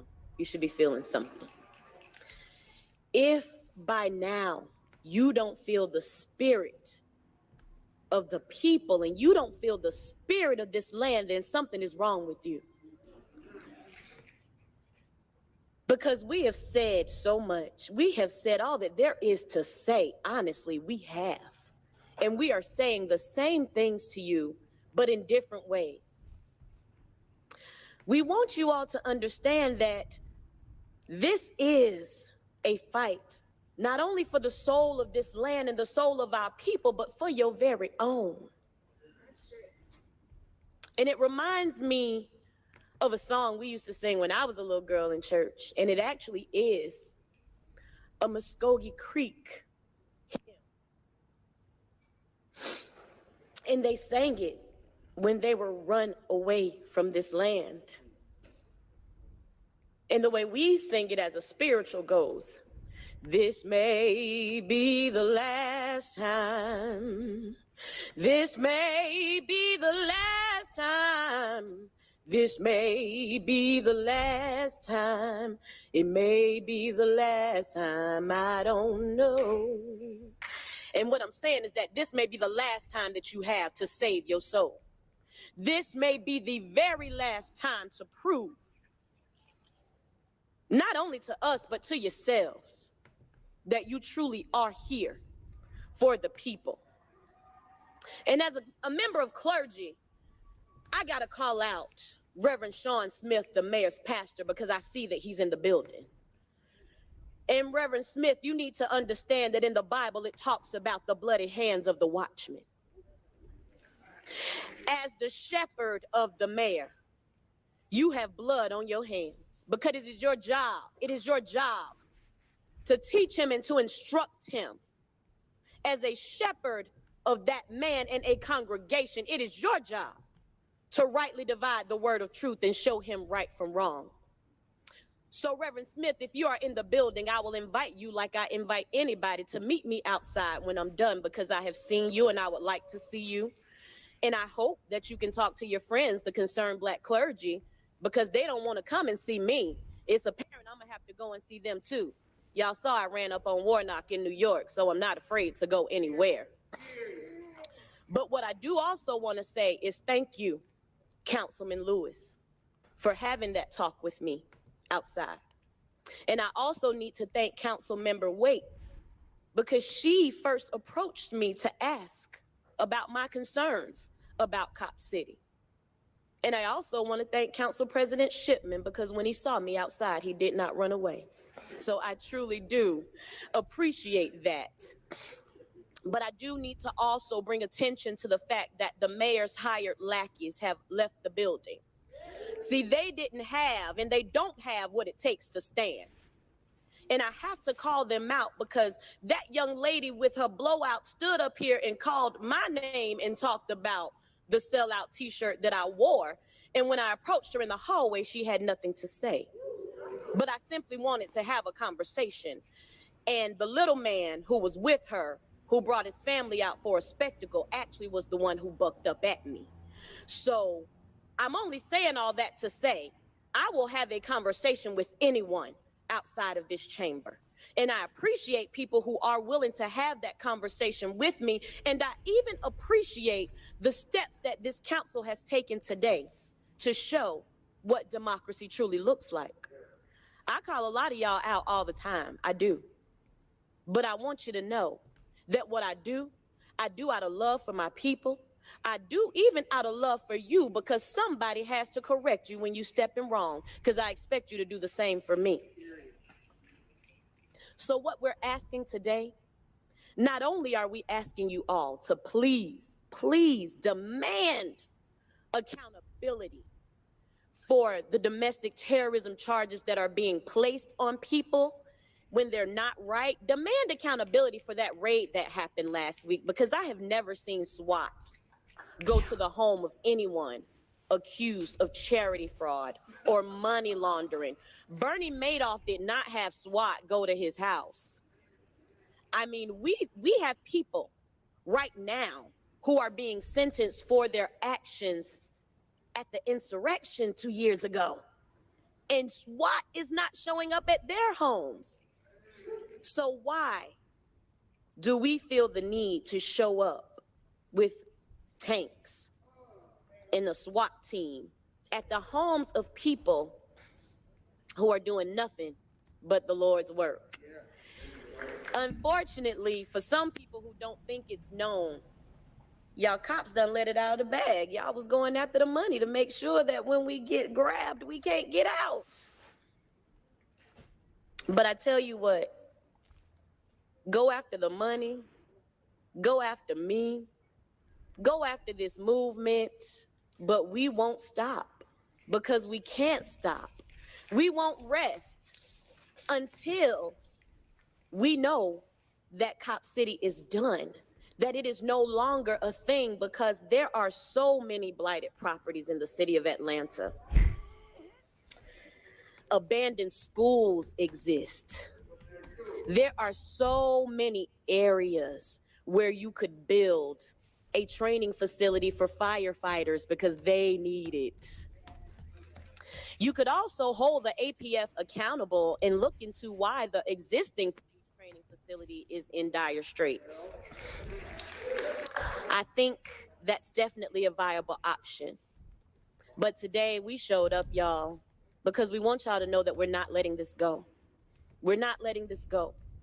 No matter how you vote today, no matter which way this goes, this is not the end, because we have a duty to stand against injustice in all of its forms.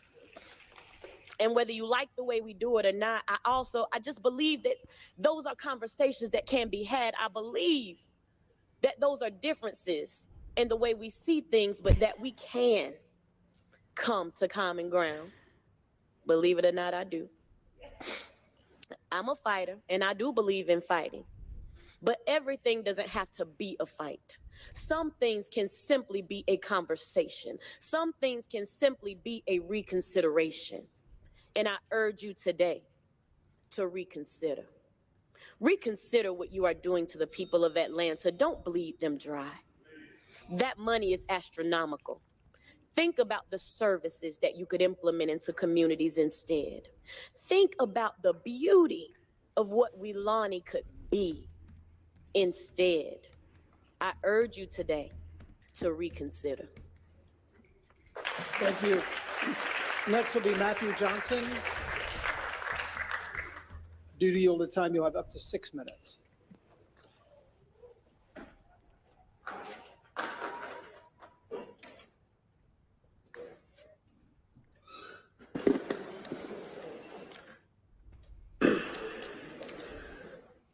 I think it would be really a real eyesore. Maybe they don't care, but I think it would be a real eyesore at this point if they don't vote this down. Because I think on the percentages, you might have it 97% to 1 in these public comments against this project. But Jordan, this would be as from my account, the third public comment hearing they've had that has gone this way. The first one went on for almost 2 days. It was entirely online because it was during COVID. The last one went over, I don't even know how many hours, 12, 13 hours. Point being that they're going to do what they're going to do. I don't think they care at this point whether people agree with them or not. They're going to do what they're going to do. I think to the point that the one libertarian guy that spoke out, I thought he was making a great point. He's like, we've done all the things that we're supposed to do legally. We've come to the meetings. We've told you what we've thought. We've sent you letters. We've come to your office and had discussions with you in person. We have circulated petitions. We have held rallies. We have held protests. We've been camping out in the forest. No matter what we do, you shut us down and you refuse to listen. So what other avenue are you leaving for us? And I think he's right on that. I don't think that these folks are going to stop. I think if they vote, and I think it's likely that they will vote yes to fund this today, going into the week of action that they have coming up planned for the end of June, it could get, a little wild. Yeah. A little wild. Who do I want there when it gets wild? Tina Desiree Bird. So thank you. That's me in my element. New Status Coup members, Sylvia and Ann, signed up. So those are 2 new members, and your contributions are going to help fund Tina going back there. Obviously, we want to send Lewis back to East Palestine. I have some plans for the summer in terms of on-the-ground reporting. So for those watching, if you can sign up, statuscoup.com/join. Become a member for as low as $5 to $10 a month. I'm also hoping to hear a little bit more from folks talking about the domestic terrorism. I agree. I think charges. That's a very scary thing. And for background on that, for folks that don't understand what's going on there, this is a state law that they passed in Georgia. It was a response actually to an actual domestic terrorist, Dylan Roof, shooting up a church. They decided they wanted to pass a state domestic terrorism law that they would have on the books to utilize for this. This is the first time they've actually used these laws is against the Cop City protesters, certainly not in the spirit of what the law is. I did interview Mike German, who is the ex-FBI agent that was undercover with right-wing extremists back in the 90s that became a bit of a whistleblower. But, Mike shared with me that he thought all domestic terrorist laws at the state level are always bad. And in fact, they don't generally use them, have them at the federal level. He said they have 52 statutes that they can charge domestic terrorists with, right? Whether it's gun charges, et cetera, going down the list, including hate crime. So they use those charges because the fear is always that if there is a domestic terrorist law on the books, it will be politicized and it won't be used properly. And that seems to be the case here. Absolutely. Absolutely. And, you know, at the end of the day, let's not forget, they're in front of their local city council, but there was, I mean, perhaps perhaps hundreds of millions of dollars spent in 2020 on the special elections for Ossoff and Warnock. We were told by the National Democrats and the DNC, democracy is on the line. We got to get these two in Georgia elected, or MAGA is going to keep the Senate, or Dems, if you give us control, in addition to the $2,000 checks that people never got, you'll get two great representatives in tow. One of them is a reverend. I believe Jesus is not cool with assassinating peaceful protesters. Not that I'm religious, but they're basically quiet on this, aside from a tweet from Warner yesterday. He was actually, we don't have the video, but he spoke at a college commencement speech over the weekend. And right when he started speaking, Cop City protesters interrupted, and he kind of gave, vague, kind of like, oh, I knew this would be spirited, but totally deflecting from their protests. So they have been completely silent on this, two Democratic senators. And when I say this, again, execution of environmental protester, the cover-up of that execution, the lies about the spending on this, I would suppose having to do with their donors. I'm sure the Atlanta Police Fund has donated to them.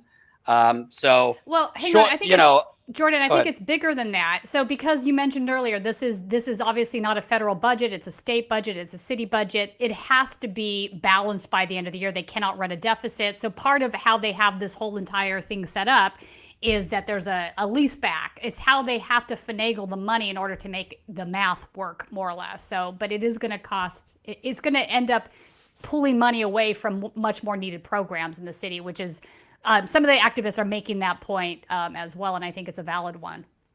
Let's go into this gentleman speaking. And by the way, you're frozen. I hear you, but your feed is frozen. Yep.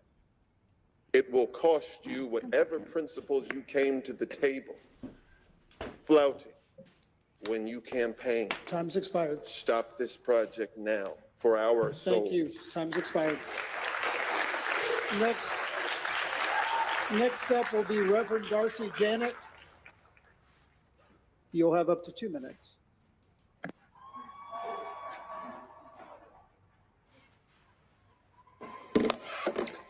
I was supposed to have more yielded time. Did you look?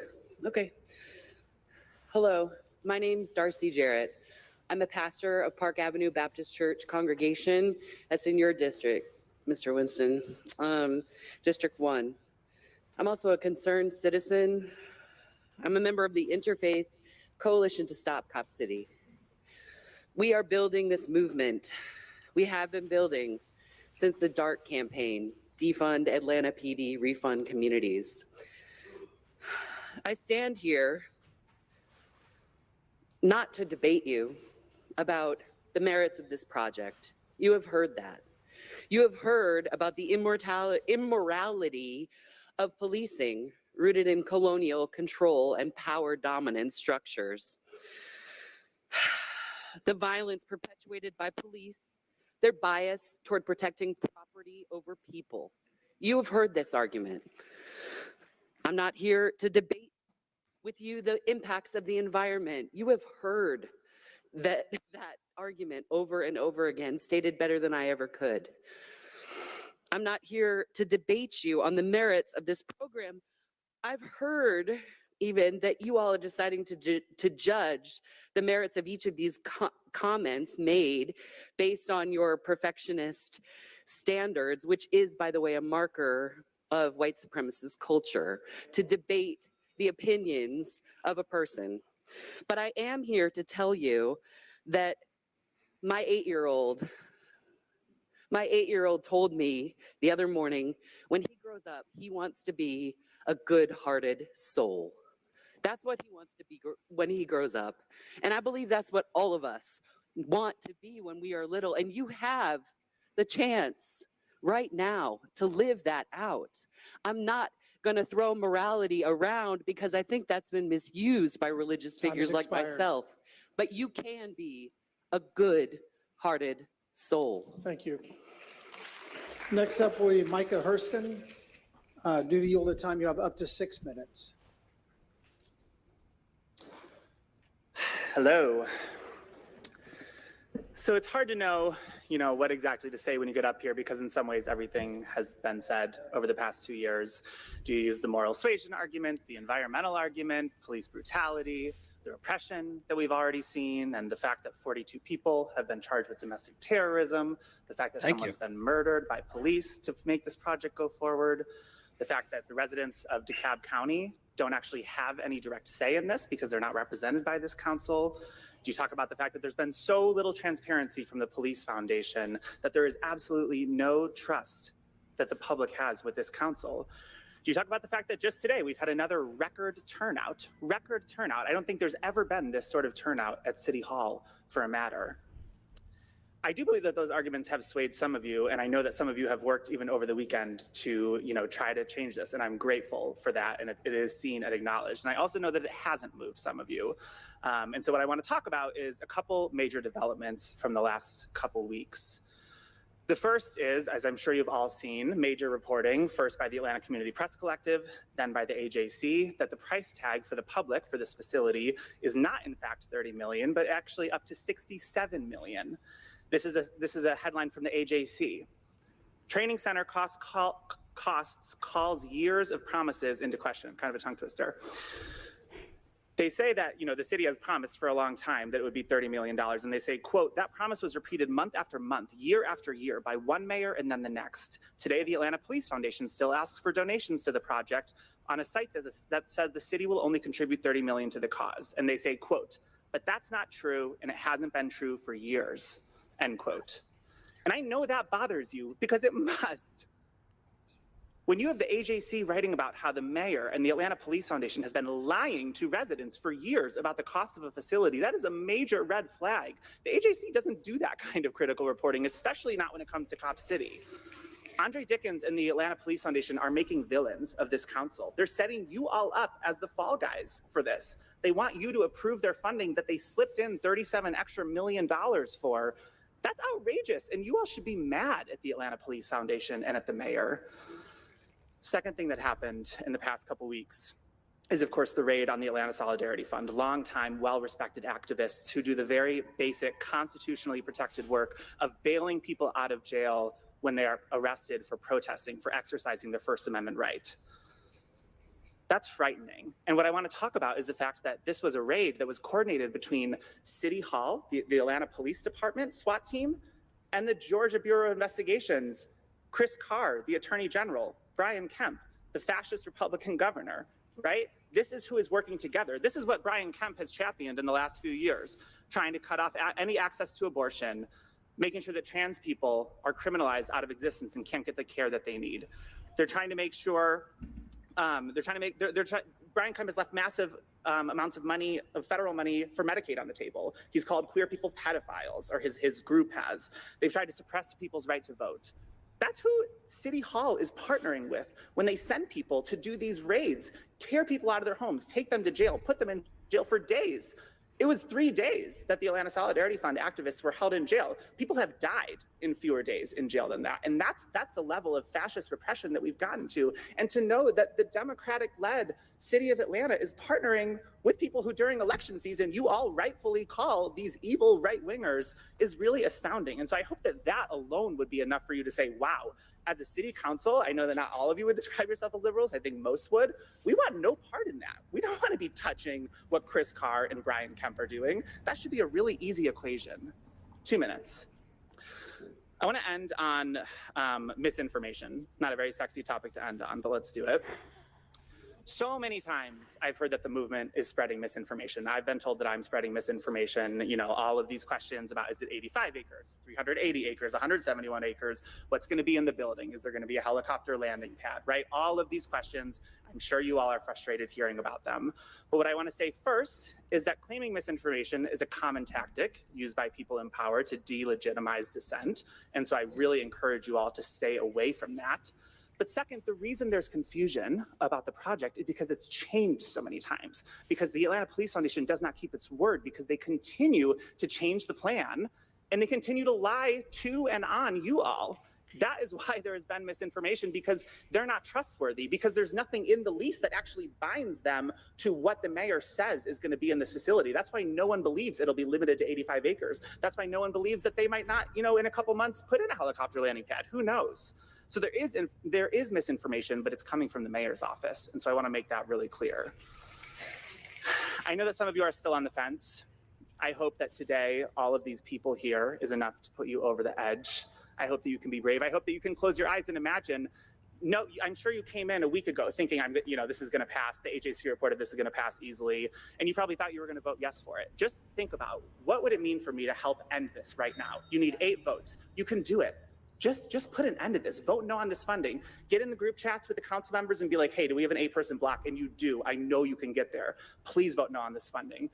We know that you don't want to spend 11 hours here, 14 hours here, whatever it ends up being yelled at. And what I want to tell you is that we want to be here even less. We would like to live in well-resourced communities. We would not want to have to deal with this, but we are here. And as others have said, we will continue to be here until you stop Cop City. Thank you. Thank you. Next will be Violet Von Hanna. And I would also say, Tina, I mean, I this is just my gut, but Atlanta was why Democrats won Georgia in 2020. Yes. It was narrow. This is very poor calculus by the Democratic Party, in my opinion. Yeah. Right. Biden's win in Georgia was because more Black people, particularly in the suburbs of Atlanta, came out for Biden in a traditionally red state. So if they do this, you might be depressing those people from coming out for a Democrat nationally, especially one who's tripping all over himself on stage and they don't let out before 10 a.m. or after 4 p.m. But who am I to speak over the cute child? Here we go. Worried away. And through the years while my buildings have fallen apart, I've worried about it with all of my heart. But now, says the Onceler, now that you're here, the word of the Lorax seems perfectly clear. Unless someone like you cares a whole awful lot, nothing is going to get better. It's not. So, here offers a child I've brought for you. 18 loblolly pine saplings, one for each of you. You're in charge of a big decision. More trees are what everyone needs. Plant these trees in Bilani. Treat them with care. Give them clean water and feed them fresh air. Regrow the forest. Protect it from corporate interests and axes that hack. Then the Lorax and all of our friends may come back. Please save Bilani for the year of the youth. Please stop Cop City. Thank you.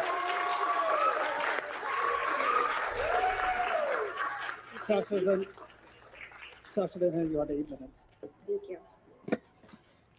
Hi, I'm a mother and member of the Walani Coalition. I'm a Georgia voter living in District 5. I live less than 5 miles from the forest. And while I've seen Mayor Dickens say only outside agitators are against this project, I'm here to be one of many contradicting this lie. I wonder how many of you are embarrassed to hear Mayor Dickens use the same rhetoric used against MLK against your constituents. The repression of your citizens the repression your citizens are experiencing is remarkable. Are you concerned for us? Impressed by our tenacity? Despite no liquids, multiple misleading press releases, and not letting us in the building at first, and hell, some still can't get in, we are here again in record numbers.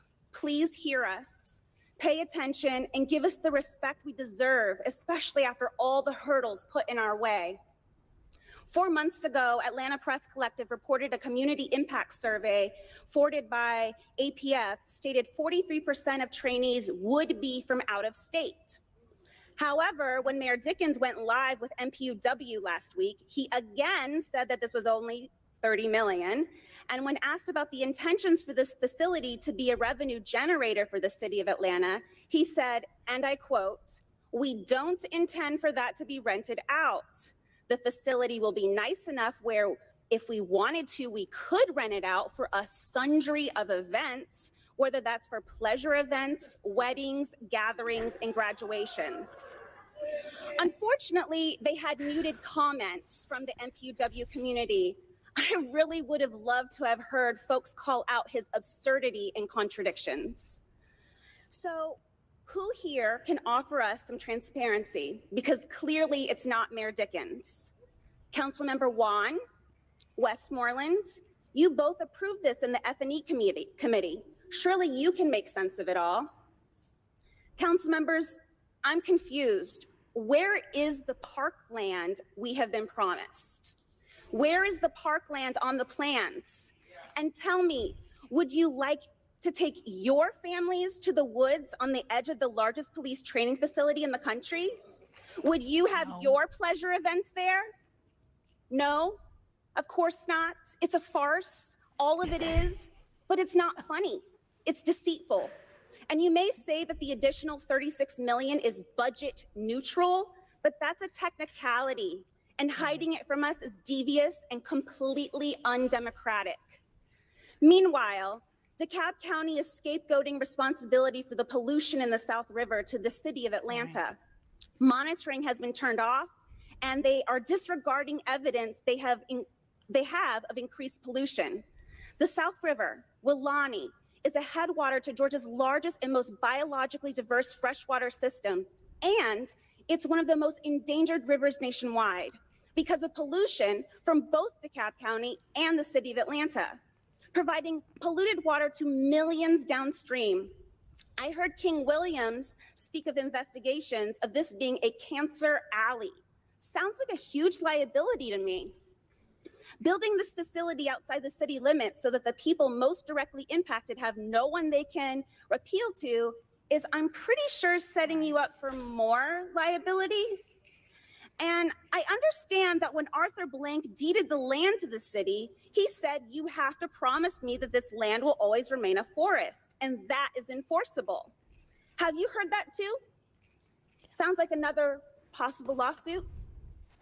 In every public-private partnership with the city, whether it's the Beltline or the Grant Park parking deck, the private money has been secured first.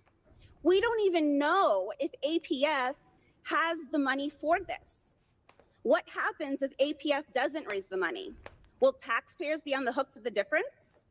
Please do the due diligence and show us that money has been raised before voting with our tax dollars. 7 of you, along with Andre, signed your name acknowledging and promising to protect the irreplaceable green lungs of Atlanta. Irreplaceable means impossible to replace. But I tell you what, as much damage as has been done, you all better try. 100 trees for every tree cut. That was another promise I heard.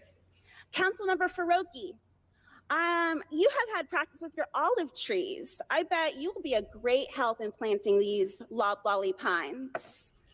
I wonder how many of you will still be here, though, after the next election cycle.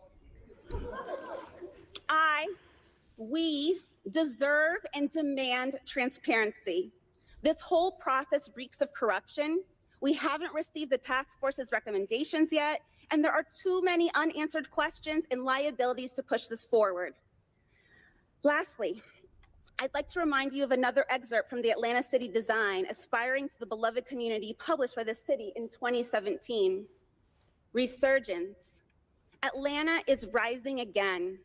this time from the ashes of the 20th century. After generations of economic decline, disinvestment, and environmental degradation, our city is resurging with new life and prosperity.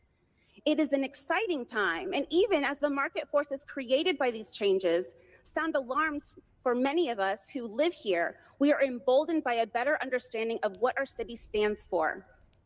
We love Atlanta. We believe in its potential. And we know that to hold on to its virtue, we must take urgent and deliberate action.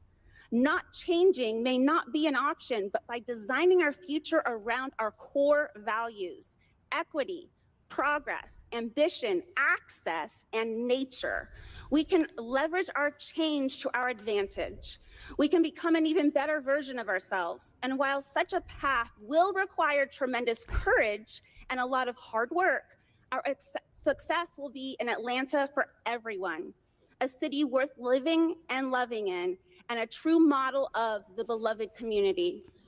Please save Weelaunee and your legacies for the Year of the Youth. Stop Cop City. Thank you. Next will be Rukia Rogers. Due to yield of time, you'll have up to 10 minutes. 10 minutes. I didn't expect that. All right. Oh, good afternoon. To my beloved community, those before me and behind me, greetings. My name is Rukia Rogers. I'm an early childhood educator, a child advocate, founder of the Highlander School, and resident of Atlanta. In fact, I'm in what district am I in? District 5. I'm here again standing before the City Council, as part of the Weelaunee Coalition, a group of caregivers, educators, families, and children to express our deep concern and objection to the City of Atlanta's plan to build the largest police training facility in the country, known as Cop City. I also want to respond to a few of the comments that were made earlier. As I've been a part of this movement, there's this constant insinuation that this is somehow a white movement, that somehow Black folks don't care about the environment. My very presence, my ancestors are here because of their love, their connection, and knowledge of this land. We are Black growers, farmers, stewards, and this movement is interracial, multiracial, it is multi-generational, and it is unstoppable. We will continue to show up in the spirit of Dr. Martin Luther King Jr., Fannie Lou Hamer, the Freedom Riders, abolitionists, and other activists who refuse to remain silent in the sight of injustice. I have to be honest though, I really struggled to find the words to offer to my community today. You've already heard hours upon hours upon hours of eloquent, thoughtful comments from environmentalists sharing the undeniable harm that this project will cause the South River Forest, also known as the Weelaunee Forest. But yet, you remain unmoved. You have heard from residents who have told you they do not want Cop City, but yet you remain unmoved. You have heard from counselors, psychologists, educators like myself who have shared the harm of over-policing and the need for community wellness, and yet you remain unmoved. You've heard from lawyers about the legality issues, and yet you remain unmoved. And so I have to be honest, I find one of the most heartbreaking and intolerable parts of this project being pushed forward is that it is drenched in lies, without transparency and a democratic process. In fact, this is a farce. Dr. King reminds us that injustice anywhere is a threat to justice everywhere. The project to build Cop City is not only morally corrupt, it is the epitome of injustice. This project is being done without the consent and against the will of the people of Atlanta. There are too many questions that have been left unanswered. So you're asking us, we are being asked to trust public funds in the hands of the Atlanta Police Foundation. But I must ask, who is the Atlanta Police Foundation? Atlanta has had many private and public partnerships. Every single one of them, these private entities have had to report back to City Council, except for the Atlanta Police Foundation. President Shipman, this one is for you. When you were the director of the Center of Civil and Human Rights, did you not have to report to the city council and answer their questions? Why has the Atlanta Police Foundation not have to stand before the people? I'm confused, truly, like my friend Sasha. Is the Atlanta Police Foundation a nonprofit entity? Or are they a for-profit real estate company purchasing homes on the West Side, perpetuating gentrification and displacing Black residents? I've listened. So again, apparently only outside agitators are members of the Atlanta Police Foundation who live outside the city and are intent on exerting their will against the power of the people. I've listened to Mayor Dickens closely, and y'all have got to help me make sense of this project. Again, I'm confused.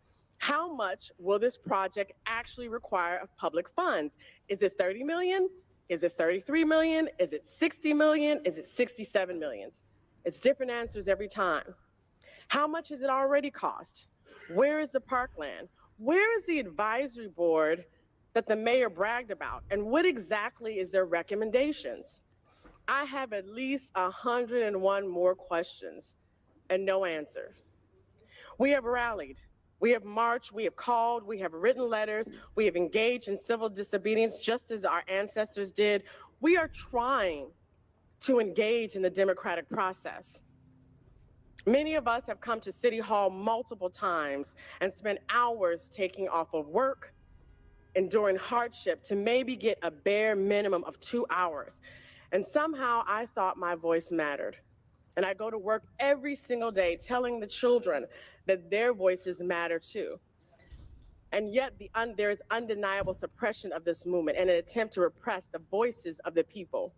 We have listened to the mayor collectively dehumanize us, referring to us as outside agitators and creating a hostile environment.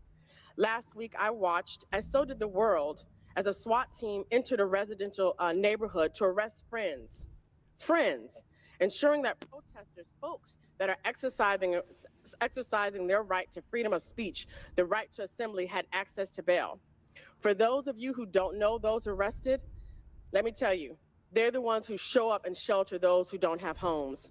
They're the ones who show up and provide food for those who don't have food. Those are the ones who have showed up at every single children's rally to play the drums. Mayor Dickens has gone too far. His approved raid against the Atlanta Solidarity Fund is a violation, and it is a danger to all of our rights. Frankly, I have to be honest, I'm exhausted. We are exhausted, but we are unconquered. This movement is unwavering in our resolve. We will be here today, and we will be in the streets tomorrow, and committed to building a better world than we have today. I again am standing here from a place of love, holding the spirits of my own ancestors and that of our dear friend Tort, an environmentalist assassinated,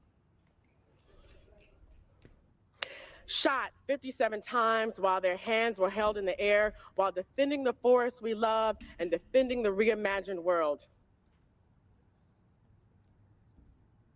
Frederick Douglass reminds us, if there is no struggle, there is no progress.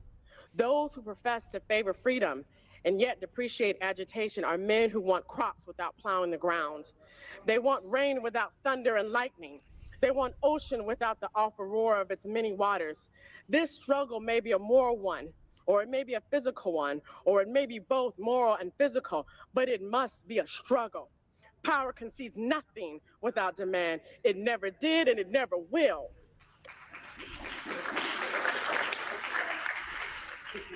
The City Council has been entrusted with power bestowed upon it by the people. Align yourselves with what is just and what is fair. Do not fund this project. And for my beloved community that stands behind me, my community, ordinary folks fighting to stop Cop City and protect this earth, no matter what happens today, no matter the results of the vote, I will see y'all tomorrow on the streets. Stop Cop City. Thank you. Next group of speakers will have Daxton Pettis, Oren Punkoku, Jax Crowder, Amy Taylor, Devin Barrington Ward, Kyle Lamont, and Abrima Mbowe. Council President, would you also start naming the numbers as well? Sure. Those are,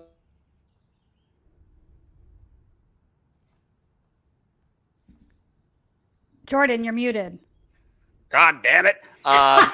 Obviously, we can't stay live for the next 15 hours unless Right. every single one of you want to sign up as paid members. Then I'll stay live and do jumping jacks. But can we give a shout out first to the gal behind the podium with the signs? I'm a fan. I'm a fan of this. This is like the best utilization of First Amendment free speech I've seen in a while. I don't know if have you Absolutely. guys been paying attention to this? Her last sign said, "If you build it, we're going to unbuild it." And I'll say, and we are going to dip into more speeches, but I just, we got to wind up at some point because this is going to keep going on. But there's a couple things that are standing out to me. You hear this not just from the Stop Cop City protesters, but I've heard it from others. We have done everything you're supposed to do. Right. We've done the nonviolent protests. We've done the petitioning our public representatives, the organizing, and you're not listening to us. And when that happens, I'm not endorsing violence, but you can't be surprised if When it then happens. I becomes agree. violent. Yep. If people just realize, wow, this whole representative democracy thing is a sham, which obviously we at Status Coup have been telling you that for a long time, either through incompetence or corruption or both. I think it's more corruption than anything else. And there has unfortunately been a fetishizing of police in this country for a very long time. I mean, Tina, you're in LA. I mean, it's the biggest gang there, the LAPD, from Rodney King. Sheriffs, excuse me. Oh, LAPD, let's. I think the sheriff's department is far worse at this point, though. No, I don't disagree with any of that. And I think also we have to take into consideration the way it's been militarized, like all of this excess stuff that they have built from the Iraq war. They want to sell it to the local police department because they don't want to sit on it. So there's just so many tiers to this, that the idea that the police department has morphed from like this idea of community policing, we're here to protect and serve, yada, yada, yada. I mean, that's just a laughable claim at this point. What I do find interesting, Jordan, is I've often asked abolitionists, okay, so no police, let's just get rid of them, blow the whole thing up. What comes after that? And most of the time, the response I get is like, are you crazy, girl? We're not saying we don't want any police. We want something there. We just don't want what we have now. So I do think people have these sort of like extreme opinions of what these abolitionists are saying because they haven't really had the conversations with them. And really what folks want is like, I want a police department that is actually prosecuting and going after serious criminals. And that's not what's happening now. If you look at the crime solve rates on serious crimes, it's not great. And it's because the police department is spending so much time doing other things like sweeping homeless encampments, things of this nature, coming to answering calls about, mental health issues when it should be somebody trained to deal with a mental health issue that shows up, not a guy with a gun and a badge. So they want everything to be just reimagined and have it differently, but Cop City is the opposite of that, right? It represents all of the excesses of a militarized police department. So it's just not something that anybody wants anywhere, really. And also, what exactly do you need this much space for police training? Are there no other areas in Atlanta that exist currently for? There are. They need to be updated probably, but there are. And, and part of the reason they say it's a public safety facility, and I don't think this gets discussed a lot either, is it's supposed to be training for the fire department as well and things of this nature. And I think most of the constituency is like, yeah, we need to train our fire department. That makes sense to me. But really, the police foundation is taking over the whole entire project. So the amount of space allotted for that, and like Micah says, is constantly changing. So who knows what exactly they're going to do, is very just a small slither of that. So, it's just they're not being honest about what they're doing. They keep changing the nature of what that's supposed to look like. The other gal brought up the Arthur Blank Foundation again. They're the custodial of this land with the public trust. They were not always informed about what's going on, even though they're supposed to be. But part of that agreement was that it was to remain a public forest accessible to the public. And if there's going to be a land swap deal, that needs to be replaced with something better. That's not clear that that's happening whatsoever. So there's so many issues here. It's insane that they're even trying to go forward with this, really. I mean, we have it, so we might as well show. But I mean, let's show some of your coverage on the ground. You know what? Okay. Let's not, because Colin, I sent Colin away, and I won't know Oh, you how sent to bring Colin back. away? Yeah, I won't know how to bring this feedback. So let's All go right, back to the. let's go back to the feed figures. then. I've been here in the spirit of activists and organizers throughout the past 50 to 100 years. I'm here in the spirit of people like me. And so I'm here today in the spirit of people like Walter Benjamin and Frantz Fanon. And I bring that up specifically because I want to read some quotes by them. In an essay published in 1921, and this is important, this is over 100 years ago, Benjamin writes, "The assertion that the ends of police violence are always identical with, or even connected to, the ends of the law is thoroughly untrue. Rather, the law of the police basically denotes the point at which the state, whether from impotence or because of the imminent connections of every legal order, can no longer guarantee through the law the ends it wishes to achieve at any price.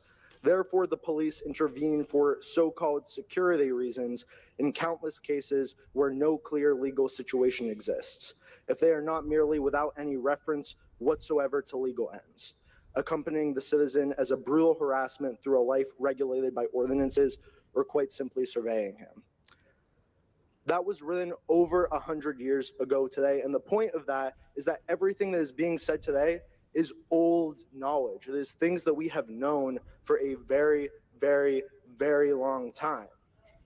It is not just that some random police officers are committing violence at whim. It is something built and baked into the structure of the systems that we have.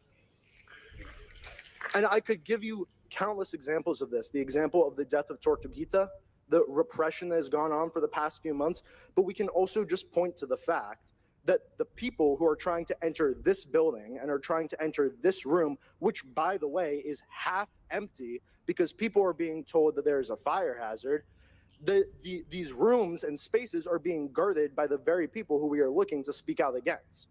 You cannot tell me that that is justice or that that is safety. When we are being told that people cannot enter this room because it is a fire hazard, and yet the police, who by the way are the only people in this building with weapons, are able to come in at whim. When people are being told that they cannot bring food into this building, and the police are sitting out here eating donuts. You cannot make that up. I mean, seriously.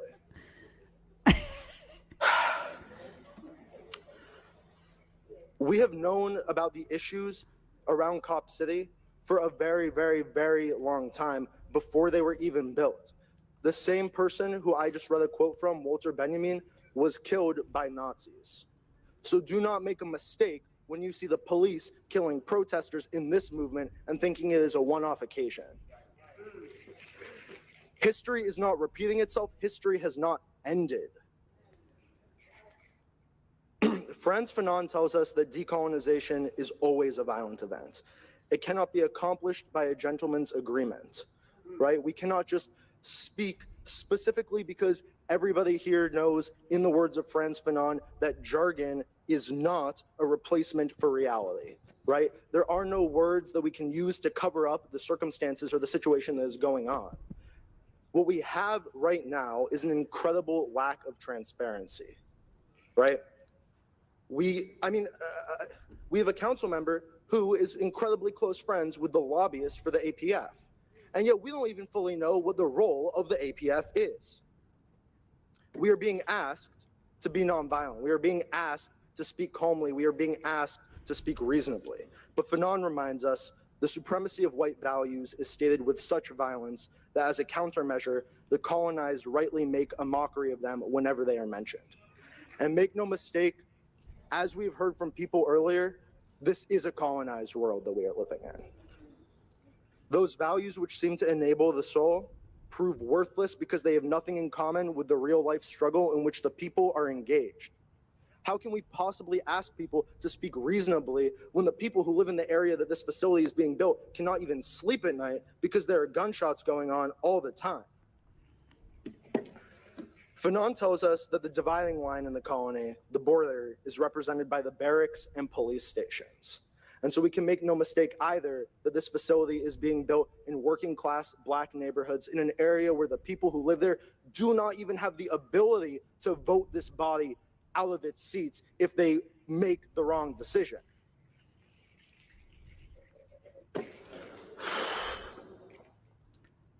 What we have seen over the past 2 years is not just a lack of transparency. It is a complete upheaval of the systems that are supposed to keep people safe in this city and in this state and in this country. It is private money, private institutions which have embedded themselves and entrenched themselves so much in this system that when somebody gets killed, there is no recourse, there are no consequences. But when people are being arrested for at most a $7,000 charge in money laundering, which by the way, we all know is complete BS, that a SWAT team goes to their house. There are people, and by the way, there are people who spoke today who did not have a full 10 minutes, and I know for a fact that they were given a full 10 minutes. But the issue is that this system is broken, and yet we're trying to spend $70 million to give the police military-grade weapons when we cannot even supply the people of this city with the ability to actually speak to this body. And by the way, back to the point about the facility, Chastain Park, Mary Norwood, is 268 acres. So we could build this facility there. No problem, right? But you don't want it there. You don't want it there because you don't want it in a place where a bunch of rich white people live. And that's just a fact. That's just a fact. The people who live in this area have said that they do not want it. The people who live in the city of Atlanta have said that they do not want it. The people who have lived in this world for the past 100 years have said that we do not want a continuation of this violence. And every single time that we see this, we see the same kind of repression, right? But this is the important takeaway. You all have three options today, essentially. You can vote yes, you can vote no, or you can vote to send to committee, okay? If you vote yes, what each one of you who votes yes is saying is that you are endorsing the repression and the violence that the police and the Atlanta Police Foundation have used against this movement at every step and every turn. What you are saying is that anytime there's a protest in the future, the best way to go about solving that issue is to put 57 bullets in the protesters who are causing the issue. Preach. That's what each one of you is saying who votes yes. If you vote yes, you are saying that you do not stand with the people of Atlanta, you do not stand with the people of DeKalb County, but also that those people have no recourse to this body, right? There is nothing else for us to talk about after this. If we vote yes on this issue, there is going to be no transparency, there's going to be no safety, there's going to be no information sharing, there's going to be no change. There are so many unanswered questions about this, and there are also so many answered questions. Here's an unanswered question. Where's all of the park space that was promised? Here is that was an unanswered question. Here is an answered question. What are the tactics that the police use against protesters? Violence. And who are the actual people committing violence in this movement?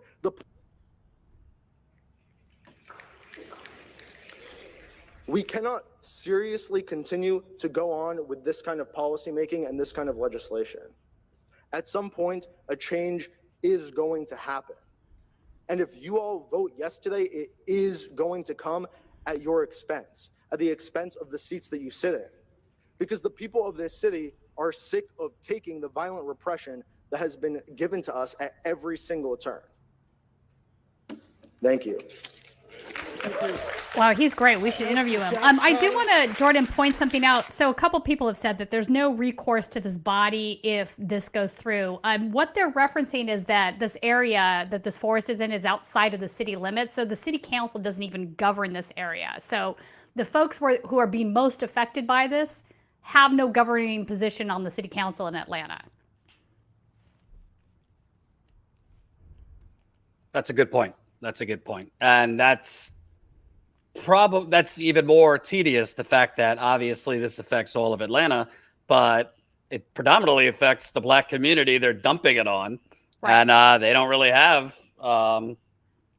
recourse. They don't have representation. They're not part of the city of Atlanta, right? They're outside of the city limits. So I think that needs to be part of the conversation as well. This board is going to make a decision today that's going to affect people that have no say in that. at all. It's pretty messed up. And I'm torn, Tina. Not that I want this at all to pass. I don't.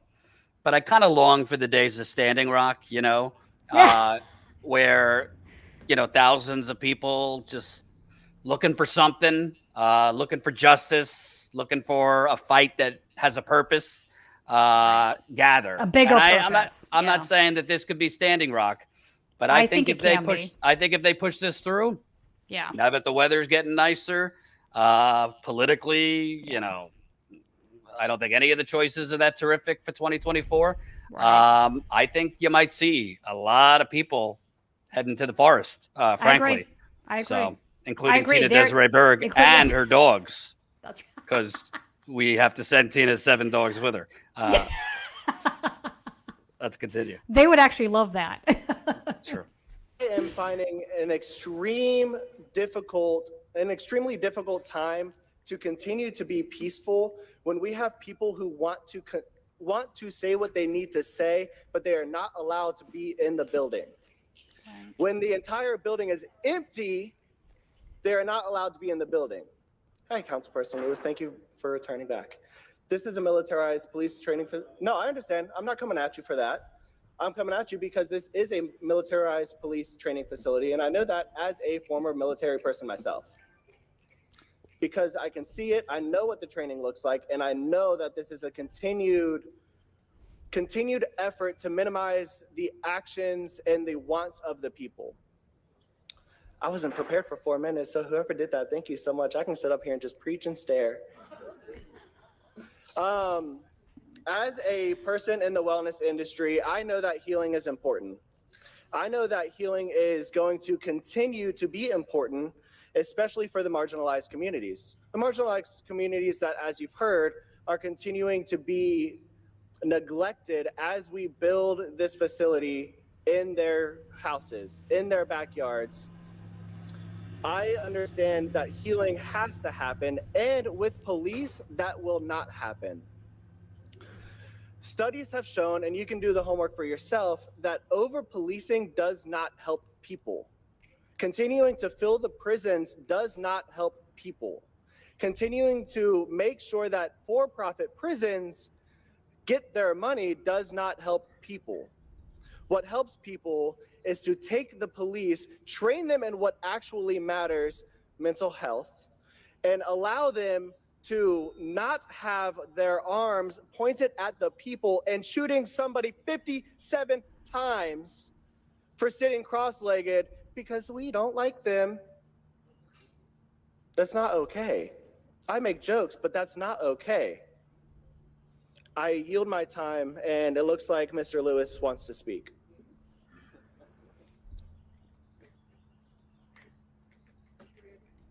I yield my time. Thank you. Mr. Lewis.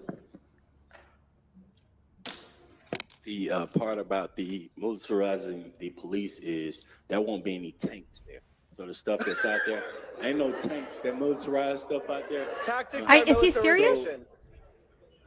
Tanks? And as we say, I just want to make sure I spoke to that. I want to make sure I spoke directly to that because I know a lot of Everyone, we're just delaying other people speaking. Please let the council member respond. He was called out by name. And I'm responding too because you called me. I made sure I did respond. Appreciate that. And when you say that part, they won't be there. The price of all that stuff, I made sure I went to the mayor. We talked to him. Even though I won't be so. My vote's easy vote, but I went and I had a conversation about some of the misconceptions, some of that misinformation that's out there about that costs too.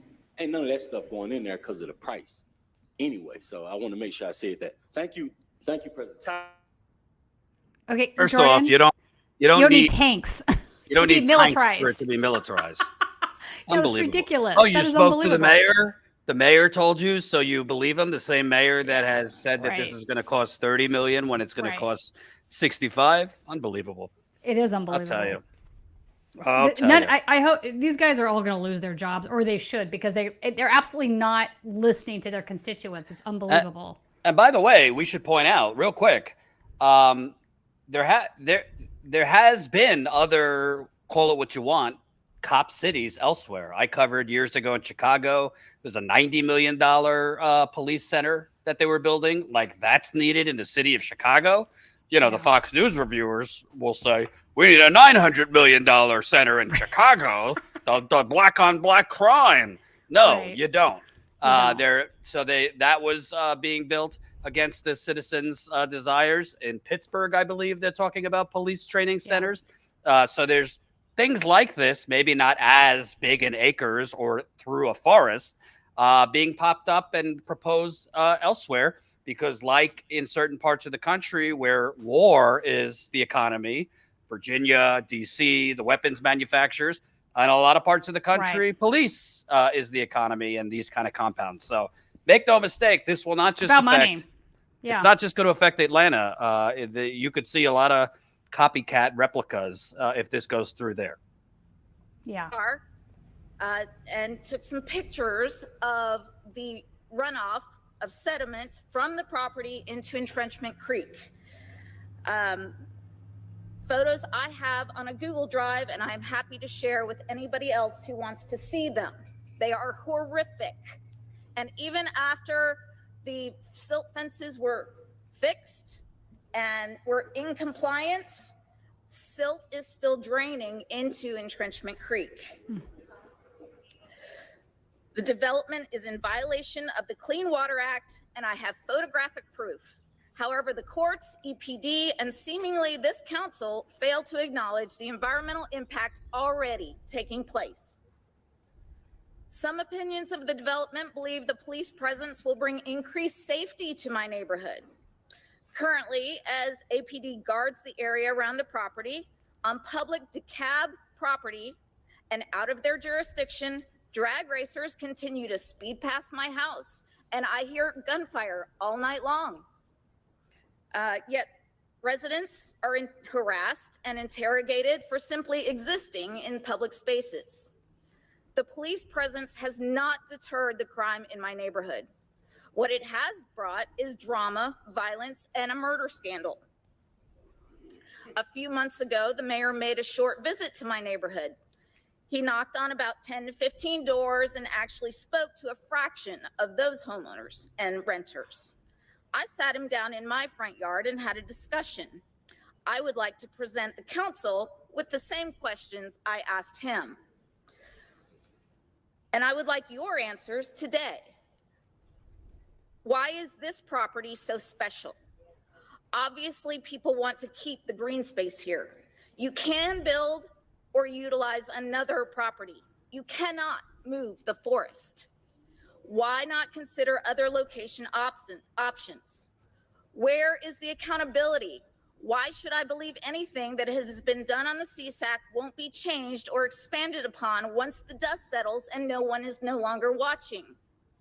What guarantee or compensation is in place for the residents of Starlight Heights and other residents who have invested their lives and savings into their homes? What happens if this development ruins our property values?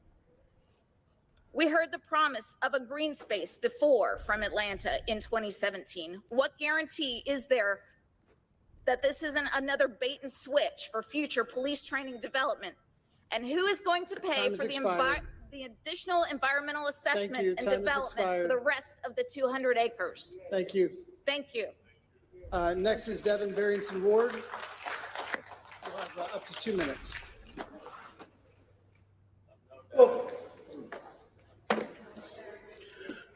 Again, ain't no crime wave in Atlanta. Can't be. Half of the damn force is down here. But I appreciate that our presence has kept officers off the street because maybe another black person won't get killed today by the police.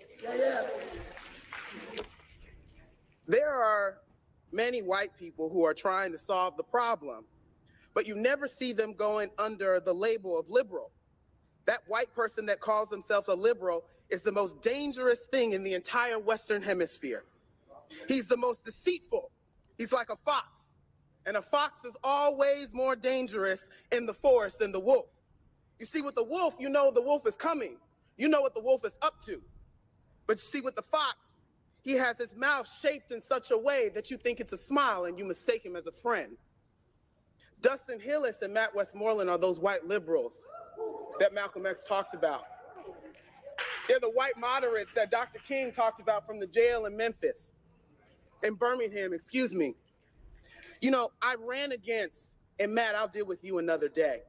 Dustin, though, I ran against you in 2020, 2021, after you voted against the reimagining of the Atlanta Police Department under the legislation that Councilmember Antonio Brown introduced. That bill lost by 1 vote.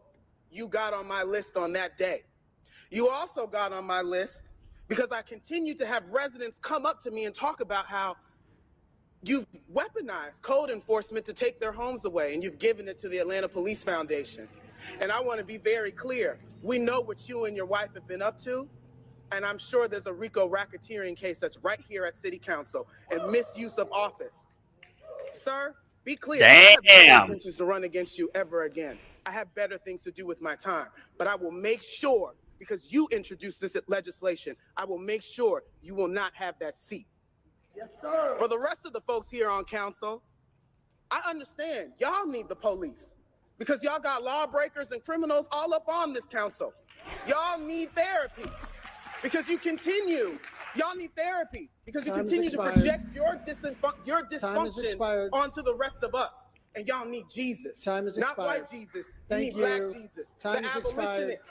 The Thank you. abolitionist, the one that would come up in here Thank you, like Mr. it's a Barrington temple Ward. and would tear tables up and Thank would flog you. y'all Time for is the expired. misuse of power against the people that he even trusted you Mr. all to Barrington serve. Ward, time You is all should be expired. ashamed. Time is expired. And the fact that y'all are allowing yourselves Please let to be everybody else taken speak for today, a ride Mr. by this Barrington mayor Ward. is insanity. Mr. Barrington Moore, time is expired. Insanity. I'll yield now. Time is expired. Thank you. Wow. All I have to say, enough is enough. Enough. that was something.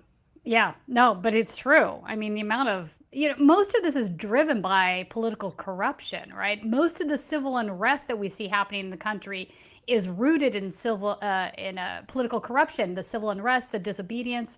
If people felt like their government was actually responding to them, that they didn't have their public trust eroded in these public institutions that need public trust to function properly, we'd be in a different place. We didn't get here overnight. We've been getting here for a while, but all of these things are rooted in political corruption. Whether it's Citizens United dark money, whether it's donors giving money to buying out Congress, city councils, whatnot. And people know that, right? They know that that's the problem. They know it's why they have suppressed wages and they can't pay their bills. So that anger out there is really, it's understandable why it's there. And as they continue to do this, it's just going to create more reactionary anger. So I don't know what our government's thinking. They're thinking they need more police for that reason, right?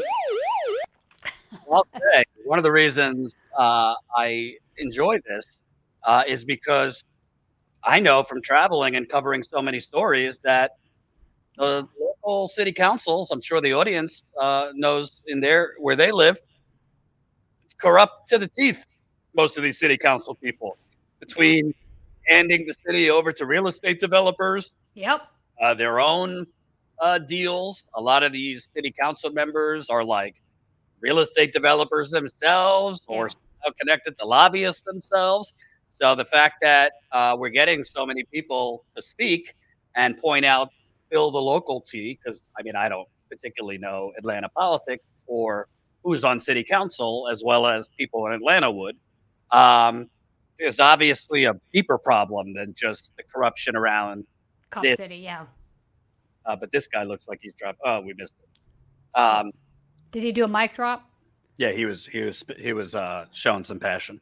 But yeah, it really, you would like, obviously we want to hear from the public, but I'd like them to explain in response to all this, all these city council members give a coherent, credible, pro campaign for this, why it's necessary. Right. Let's keep listening. Should be familiar, it's the name of your patron saint, Saint Abraham, first, father of all three religions, Ibrahim Mbo. So just clarifying that once again. Now, I like to start by saying I'm glad to feel enamored and loved by all the people here who finally have a chance to speak up against this injustice which you people continuously push on us. I feel this annoyance every time I stand up here and I see one of you looking away, looking at your phones, enjoying your snacks or whatever else nonsense you have to do. It's a ridiculous clown and pony show. At least this time you had the self-respect not to put the minstrel show in front of me. Instead, you had them come up and pretend to be one of us and talk up with us. But, you know, for the sake of civility, which I know you guys love to pretend like you have, I'll be civil with you and say this. Civil disobedience is a lie that you have manufactured to make us feel as though the only way to act within a system is to use our words when you guys use violence against us. Understand this. Martin Luther King said that rioting is the voice of the people who are unheard. And you are not hearing us. You have deafened yourself to us continuously. Every single day I see you. You do not hear us. I am speaking and you do not hear me. And I want you to see me. I want you to look at me and I want you to see me. I want you to use all 5 senses to experience what I'm saying to you. You do not care about the city of Atlanta. You simply do not. There are only 2 choices. Sending back is not an option. You have yes or no. This is not a third option thing. This is not a binary. We are not giving you the choice to step back. We are giving you the chance to say yes or no. And if you do not say no, you are not with us. You are against us. And we will remember that. We will continue to remember that. This unending need for the sense of decorum is ridiculous to me.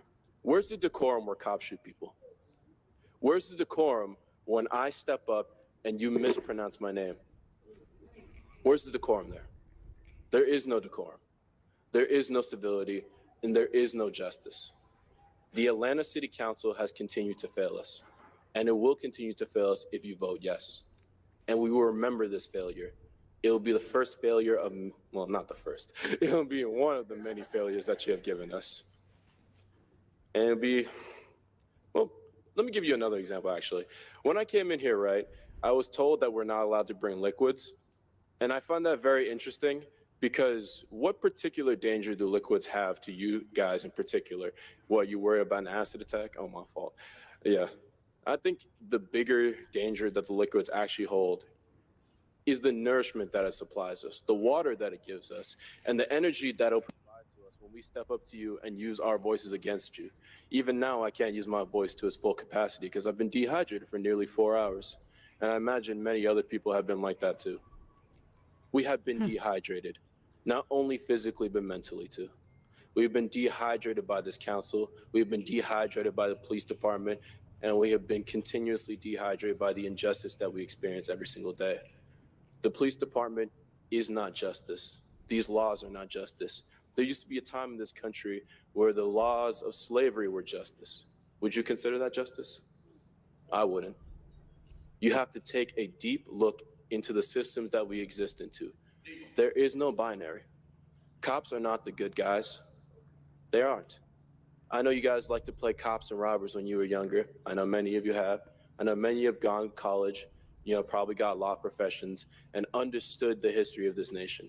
So I do not need to explain to you the history of materialism. I do not need to explain to you the history of racism. And I do not need to explain to you the history of justice. I won't explain it to you. I simply won't. It's not my job. But I will tell you how you can act on justice today. Vote no. It's not difficult. You have it right in front of you. You have yes or no. And if you continue to not say no, just know you do not stand with justice. You do not stand with us. You have failed us over and over and over again. And I'm begging and pleading on my knees. One time, make the right decision. Stand with the people of Atlanta and stand with us, please. Thank you. Next group. Just amazing speakers, one after the other. I mean, it's really, really profound. But I mean, I think what they're saying is we should really mash this up, a lot of the highlights of this, because in 2024, if they lose Georgia, I think a lot of this is why. Yeah, I Because agree. I agree. it's all builds on itself. And if Yeah. neoliberal, corrupt politicians keep, blowing you virtual signaling kisses, and nice and diverse and engaging language, but then unleash the hounds on you in the same breath, and basically provide rubber stamps to fascism, you're going to depress the vote. Not that the presidential election is the important thing here, but I think this is kind of emblematic on why you're seeing depressed enthusiasm and turnout among younger voters. You also see among Biden's numbers a drop in black support among black voters, which is the backbone of the Democratic Party, particularly black women. But yeah, I mean, I will not be surprised if and when they approve this. But you have to think, Tina, you would think a lot of these politicians, when they first got into it, like really got into it for the right reasons, like watch the I'm Just a Bill video, before they were corrupted. Maybe some of them, like all of this is piercing through the Chamber of Commerce layers that have pierced over them. I mean, it definitely is. So the Buckhead district, which we mentioned earlier in the show, that's a very wealthy district in Atlanta. That is where there is a stronghold for support for Cop City. It also, I feel like there needs to be a conversation about this tangential thing that happened up there. They were having a movement to secede from the city of Atlanta at one point. And there was concern on the city council that if they lost Buckhead district, that they would lose a big part of their tax base because, they get a lot of tax money revenue from that area. The person that was running the secessionist movement was a big Trump supporter, not a Democrat, although most of Atlanta County goes to the Democrats in an election. So, I mean, yeah, there's some complicated politics going on here, but I think that you're correct. The Democratic Party thumbing their nose at their voters in Atlanta is not a good idea. In the very least, they should have the thought process to say, hang on, let's slow this down a little bit. Obviously, a lot of you folks don't want it. Maybe we should stop trying to, and you hear the city council members talking to their constituents. Listen to them. You're wrong. They're not listening. They're saying, you're wrong. We're not militarized. We're not doing this. Rolling their eyes or not paying attention. There's an absolute disdain for what these voters are saying to them, which is just absolutely remarkable to me. But you would think on some level they would take a moment, a breath, and say, all right, what are other options that we have? And maybe if we pull back on this and put it in another area, we can all find some common ground here. But they have absolutely no interest in doing it. So I think it's really going to backfire on them. I think you're right. And I think Ossoff and Warnock not really speaking out against this is also very detrimental to them. Like, where are their voices in this? It's crazy to me that they've chosen. I mean, really, if you're that political, if you really are like doing some sort of political calculus in your brain right now about where this would land you further down the road, then you've lost the goddamn point. That's not why you were elected. You should be speaking out of that. Be brave. Be courageous.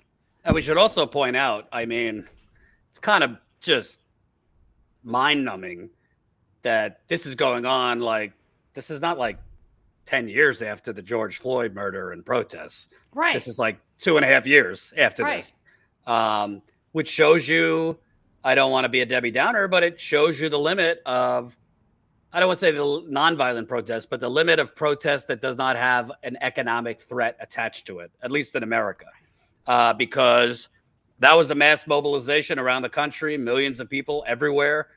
Portland did it, I think, for like a year. There were protests every night. And 2.5 years later, they're not only keeping it the status quo, but going beyond the police status quo to build this totally unnecessary compound.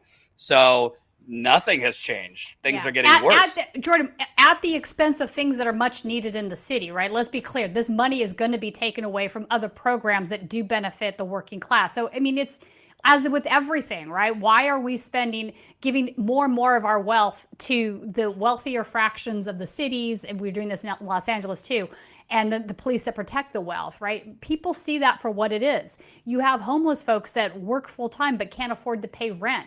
Is that really the world we want to live in, right? So the fact that they continue to be tone deaf to this stuff is what's really remarkable. And they're leaving no peaceful recourse for any of this. The anger is just building up, building up, building up, so that when things do pop off, it is, as that one guy said, riots are the language of the unheard out there, right? So you're not hearing me in all the ways I'm supposed to do this properly, politely, and you're not hearing me, you're not listening, you're refusing me. So you can't run a democracy that way. You can't. Nope. Also, I can't show you the video because I'm afraid I'll lose the feed because Colin, I had to go edit a video. But there's hundreds of people outside too. Yeah. So this isn't just the people inside. There is a huge turnout. When it first started, there were already hundreds of people there. So it might be even more as you're getting closer to the end of work.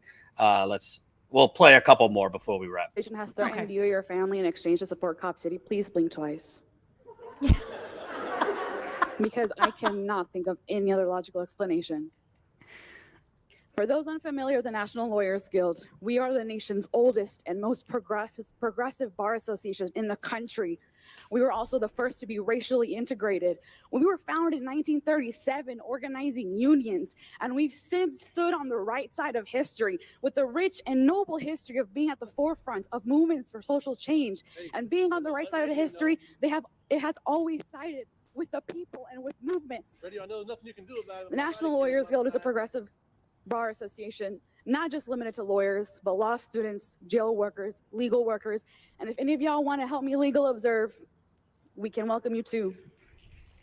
We are a 100% grassroots and member-based and member-funded only organization. We don't take money from anything or anybody else. With chapters all over the country, including the City of Atlanta, UGA Law Chapter, Emory Law Chapter, and Georgia State Law Chapters. The NLG has organized labor unions, supported the New Deal policies when the American Bar Association was against it, and we even prosecuted Nazis at Nuremberg. The NLG has represented Vietnam War drafters, FBI targeted members of the Black Panther Party, the American Indian Movement, and the Puerto Rican Independence Movement, and helped expose illegal FBI and CIA surveillance, infiltration, and disruption tactics. We are no stranger to state-sponsored political repression. That is our history, that is our origin. Specifically though, our mass defense and legal observer programs, we are proud to protect protesters on the streets and in the courtrooms, aiding countless movements in their work towards justice. And the idea of a legal observer, the idea of community members watching the police in their neighborhoods originated from the Black Power movement. It was when the Black Panther Party in 1966 decided to patrol the Oakland Police Department. Since then, something kind of like Cop Watch came about, and that exists to this day. There's Atlanta Cop Watch in the city too. And being a bar association, what the National Lawyers Guild did was they took components of that Cop Watch program that originated from the Black Panther Party and the Black Power movement, and we did like a little, legal spinoff kind of thing. As a legal observer, we are trained to observe, document police activity in the streets. The National Lawyers Guild, legal observers, all in lawyers, have also developed innovative legal strategies that have completely transformed human rights in courtrooms, not just in this country, but all over the world. Today, legal observing is a distinct practice from Cop Watch, and legal observing acts as a direct form of protest or legal support, connecting activists to a much bigger support infrastructure made up of arrest hotlines, jail support teams, community bail funds, legal defense funds, attorney referral networks, and more. I joined the National Lawyers Guild as a legal worker in 2016 when I moved to Atlanta from Marietta. That's the same year the Atlanta Solidarity Fund was started to provide to protesters support for those who were arrested and repressed by local police, namely the Atlanta Police Department. But before the Atlanta Solidarity Fund in 2016, those organizers, the ones y'all swatted and arrested, and one of them couldn't get their medications and is disabled and was left there for 3 days, they had already been running jail support and hotlines for folks, even before ASF was formal or official, even named that way.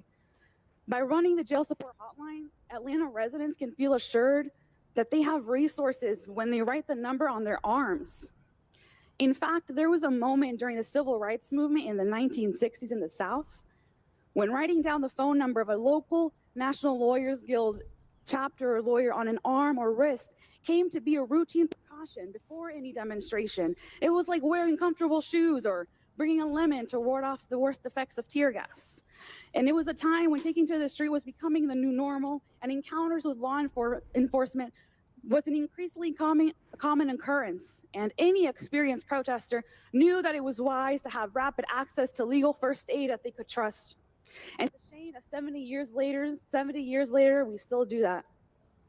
Legal observing is a constitutionally protected right and is also firmly enshrined as an international human right.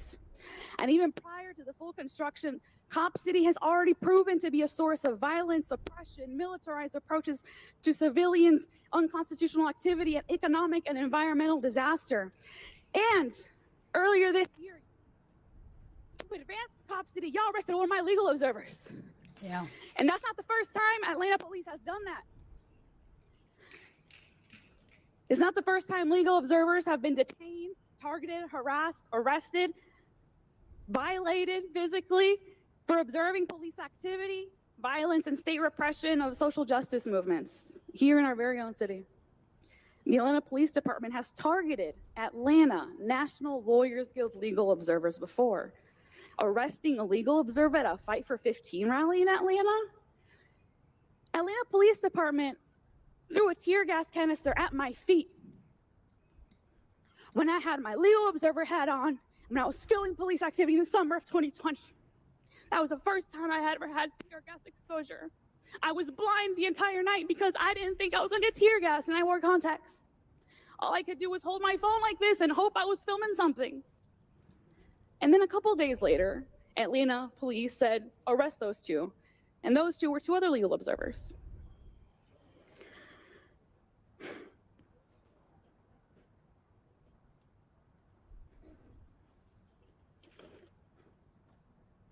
And there's one other thing I do want to make sure I bring up, because I hear a lot about outside agitators, Twitter activists, and words like culture vultures that hurt very deeply. You know, I wasn't born or raised in Atlanta. My parents relocated to Marietta following the 1996 Olympic construction boom. They were farm workers from Mexico, and I still have family members who are farm workers, and my dad was a construction worker, and he worked on the scaffold all over Metro Atlanta, Chamblee, Buckhead, downtown, until he fell off and broke his back and was temporarily paralyzed. I may not have been born and raised in this city, but I'm not an outside agitator. We're immigrants. We're not Twitter activists. I don't have to have been born and raised here. But I wasn't born and raised here, but my DNA is an infrastructure of this city by way of my father's blood and sweat. Time's expired. Y'all have to know that the police, every time I legal observe, Thank snark you. comments, mockery, it is all Time's becoming expired. unprofessional Thank you. and not necessary. Next is Miriam. Wow. I know. So the NLG, you know, they have had a presence at almost every protest I've ever been at. They do legal observation. My attorney actually, who I'm thankful for, is also part of the NLG. You know, and it not only did they arrest legal observers down there, but they also arrested an attorney from the Southern Poverty Law Center at the last raid, which is crazy. So there's no universe in which you're supposed to be arresting legal observers or attorneys that are there to just monitor the what's happening, right? From a First Amendment perspective. When I was arrested in 2017 covering the Black Lives Matter protests in St. Louis, they arrested the legal observers before the journalists, and then the protesters last. So get rid of the legal observers, get rid of the journalists, and then rough That's up right. the protesters. It's that sign. First they came for the journalists, then we don't know what happened. That's the point, right? We will make this woman the last because I got to pee and I got to go care for a child. So let's listen to her. Responsible for war crimes such as the murder of innocent civilians, including children, thousands and thousands of children. This is the same training that they want to continue at Cop City. I'm a public health professional. The American Public Health Association has declared police violence a public health issue in need of public health solutions. Public health is about prevention. Saying no to Cop City today will be an important piece in violence prevention in our community. The city council members that voted yes last time could have prevented violence that happened to Tort. Cop City is extremely detrimental to our health. We need to focus on communities' health determinants, which include fresh food, clean water, safety, real safety, transportation, education, jobs opportunities, housing, green space, mental and physical health care. Instead of building healthier communities, we are struggling for basic necessities like housing.